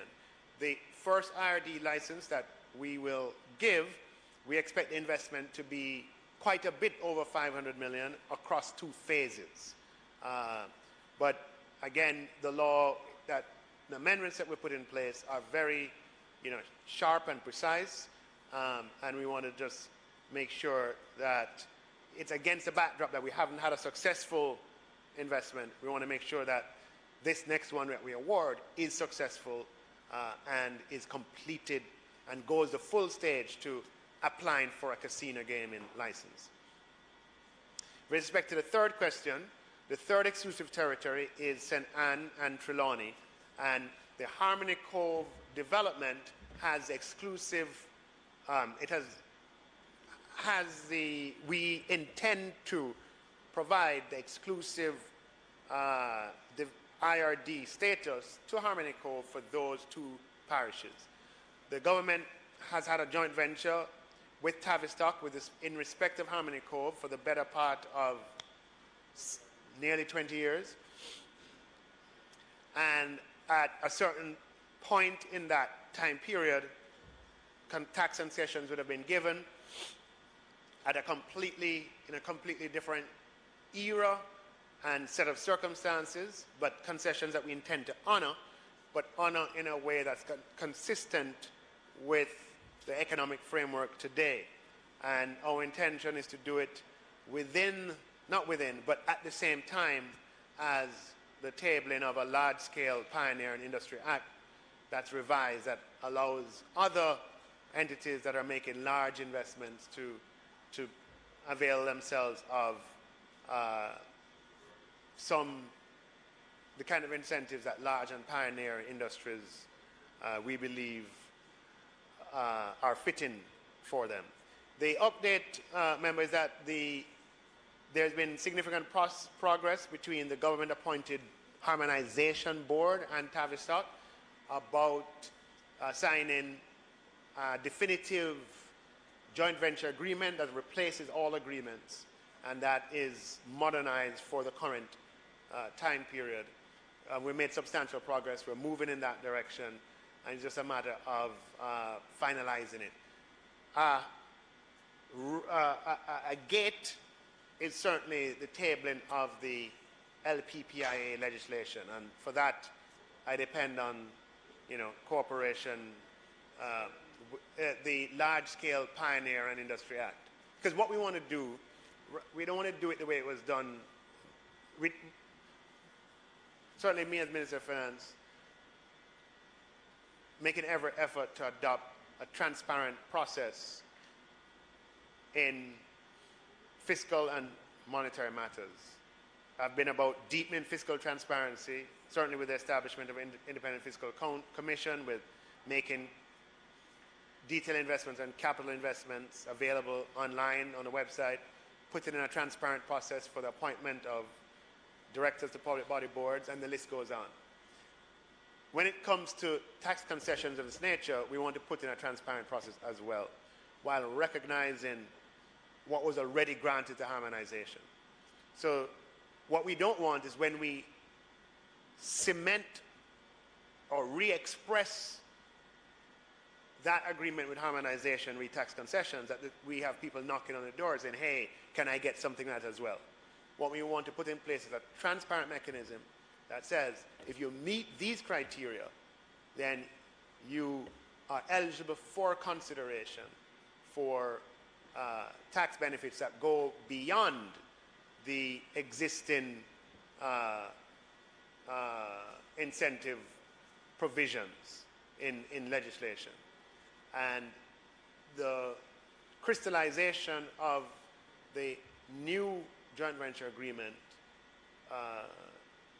requires that that legislation is available.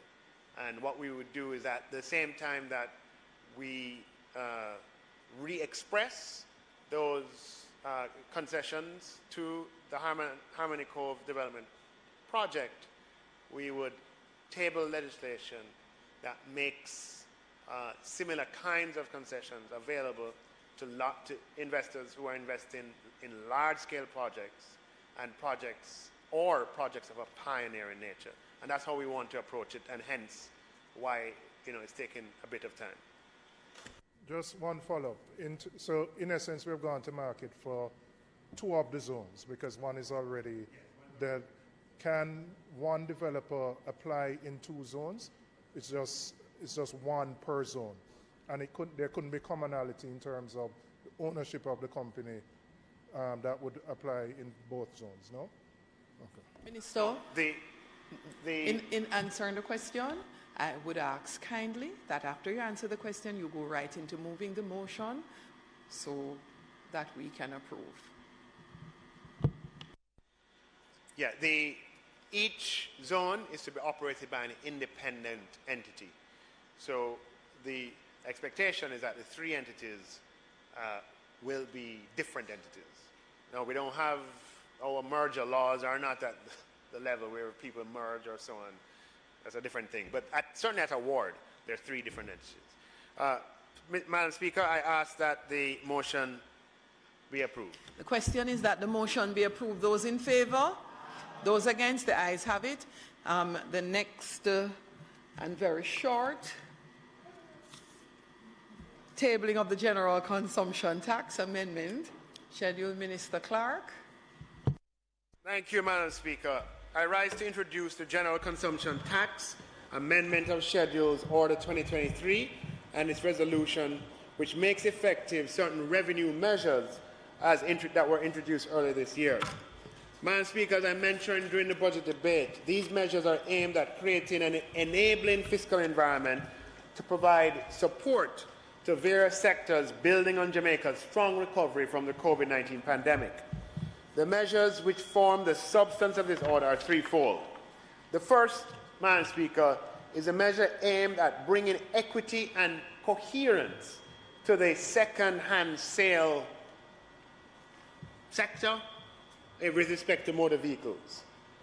It is aimed at, well, what happens today is that if you're selling a motor vehicle second-hand and you're selling it as an individual, you pay a flat GCT rate of X thousand dollars, and I think it is $10,000 that you pay as an individual. If you are a limited liability company and a registered GCT taxpayer, and you're selling a second-hand motor vehicle, the GCT is paid on the value of the motor vehicle. So if you buy a motor vehicle for $100 and you sell the motor vehicle for $110, you pay 15% GCT on the 110, which means you're not going to bother going to the business of buying a motor vehicle and selling it. So what we have inadvertently done by having this arrangement in place is that we have stymied the development of a second sale car industry. And so what happens today is that you go to a dealer if you want to sell your car, and the dealer will warehouse the car for you, put it on display, but when it comes to the sale, it's a sale between you and the buyer. And so you have to wait the 6 months or the 3 months or the 9 months for the buyer to emerge. Under this new legislation, what is going to happen is that, and for a registered taxpayer who's registered for GCT, the GCT will now accrue on the gross profit between the sale price, that's the amount, the difference between the sale price and the cost price. So if you sell a car for 110 that you bought for 100, you pay GCT on the $10, providing that that GCT is at least as much as $10,000. This, Madam Speaker, will lead to the emergence of a new subsector in the country that we don't have, with new services that we don't currently have, where you'll have dealers offering trade-ins. You bought a new car in 2018 and you want to buy another one in 2023, well, what they will say is, look, trade in the 2018 for X and just pay this amount as difference. A new industry. We'll have secondary sale businesses popping up that say, bring your car in and walk out with a payment for it the same day. Yeah? Walk out for the payment the same day. Because now you can buy the car, warehouse it with the knowledge that when he sells it and pays GCT on it, he will not be at a loss. He cannot be at a loss because the GCT is just on the margin. So, I take particular pleasure in doing things like this, which are distortionary elements in our tax arrangement that on the surface seem to be doing, there to provide revenue, but do tremendous harm in that there are unintended consequences that stymie economic activity. And this government is about creating the conditions for economic activity to flourish. And with this change, we expect a revitalization of the local market for pre-owned vehicles. The second and third measures, Madam Speaker, are incentives designed to stimulate investment in the agricultural and horse racing sectors in fulfillment of the government's mandate to create a sustainable environment for growth and proliferation of agriculture and animal breeding in Jamaica. It is a realization of this government's promise to give small farmers, as well as the horse racing industry, the support they need to succeed in ever-changing economic landscape. The reality is, Madam Speaker, let me deal with the goats first. We have to make ourselves protein resilient in Jamaica. Whenever commodity prices go up, we have a challenge. Because those commodities like corn and soybeans are all that are useful for human consumption are also used to feed the animals from whom we derive our protein. Animals such as chicken, and in some cases, people supplement cows with, right? Now, so what happens is when the commodity prices go up, protein prices go up, and the people of Jamaica who are on small budgets have a problem. The idea behind this initiative, Madam Speaker, is to diversify the supply of proteins in the country.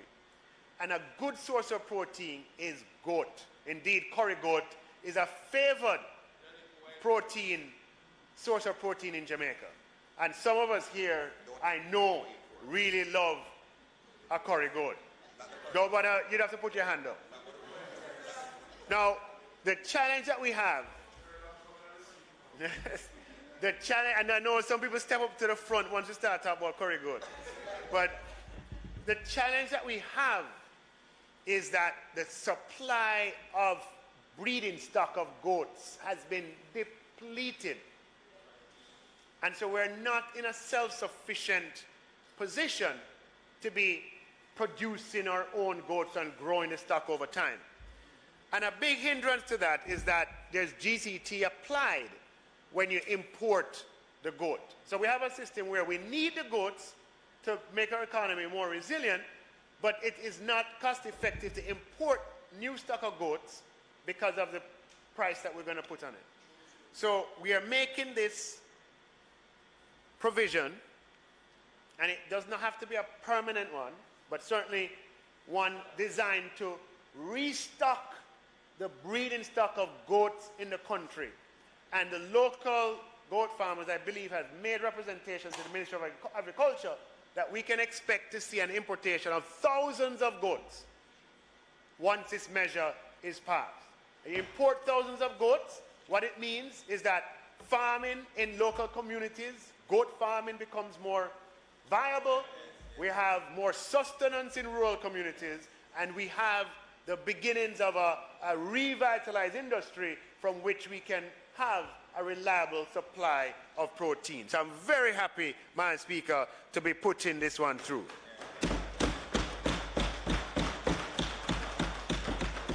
The third component, Madam Speaker, relates to the horses. Now, the horse race industry in Jamaica employs thousands of people.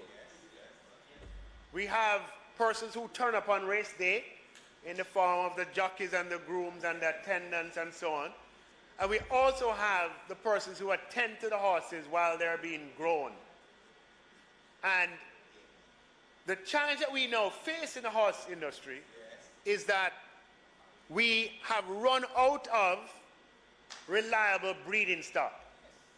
And the interbreeding has resulted in a poor quality of horses. And if we don't make a change, the horse racing industry will die. And if it dies, we're talking about jobs. You know, it's a consistent theme, Madam Speaker. The government is a government of jobs.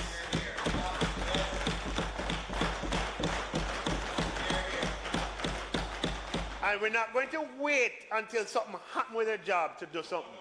We do something before, proactively. So even just today, you see that we're addressing jobs in bauxite alumina. We're addressing jobs in secondary sale of cars. We're addressing jobs in goat farming. We're addressing jobs in horse racing. Man. Jobs, jobs, jobs, jobs.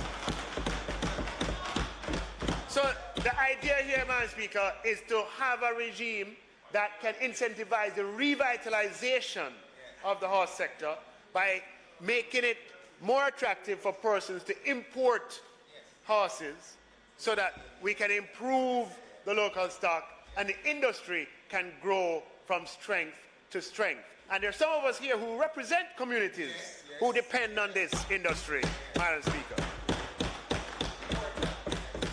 So now let me just give an overview of the measure, the orders. Madam Speaker, the first schedule to the GCT Act is being amended to clarify the application of rates when registered taxpayers purchase vehicles from individuals. And by way of the notes to the section, the scheme is being introduced in the legislation to formalize transactions of this nature. With respect to the other measures, Madam Speaker, the changes are being made. I don't have to go through the clauses. I think you get the idea. We expect 6,000 goats to be imported over 3 years, and the measure with respect to, the pig. No, it's not only goats, by the way. Sorry, I'm focusing on goats. It's goats and pigs and small ruminants. So when we talk about protein, we're equal opportunity. I know some people, I'm not sure about all, but some people don't eat the pig meat, right? Right. So I want to make it clear, Madam Speaker, the jobs we're talking about is not just goat farming jobs, but pig rearing jobs as well. Goats, pigs, and small ruminants, Madam Speaker. And we expect over 6,000 of these animals to be imported over the next 3 years. The provision will have a sunset in 5 years, okay? Because the idea is not to put at disadvantage our local herders once we get up to a certain level. So there's a sunset provision of 5 years. So I say to all persons in the goat rearing, pig rearing, and small ruminant industry to use the 5 years efficiently to restock your farms. Because when the sunset provision is up, those who have used it wisely will be at an advantage, Madam Speaker.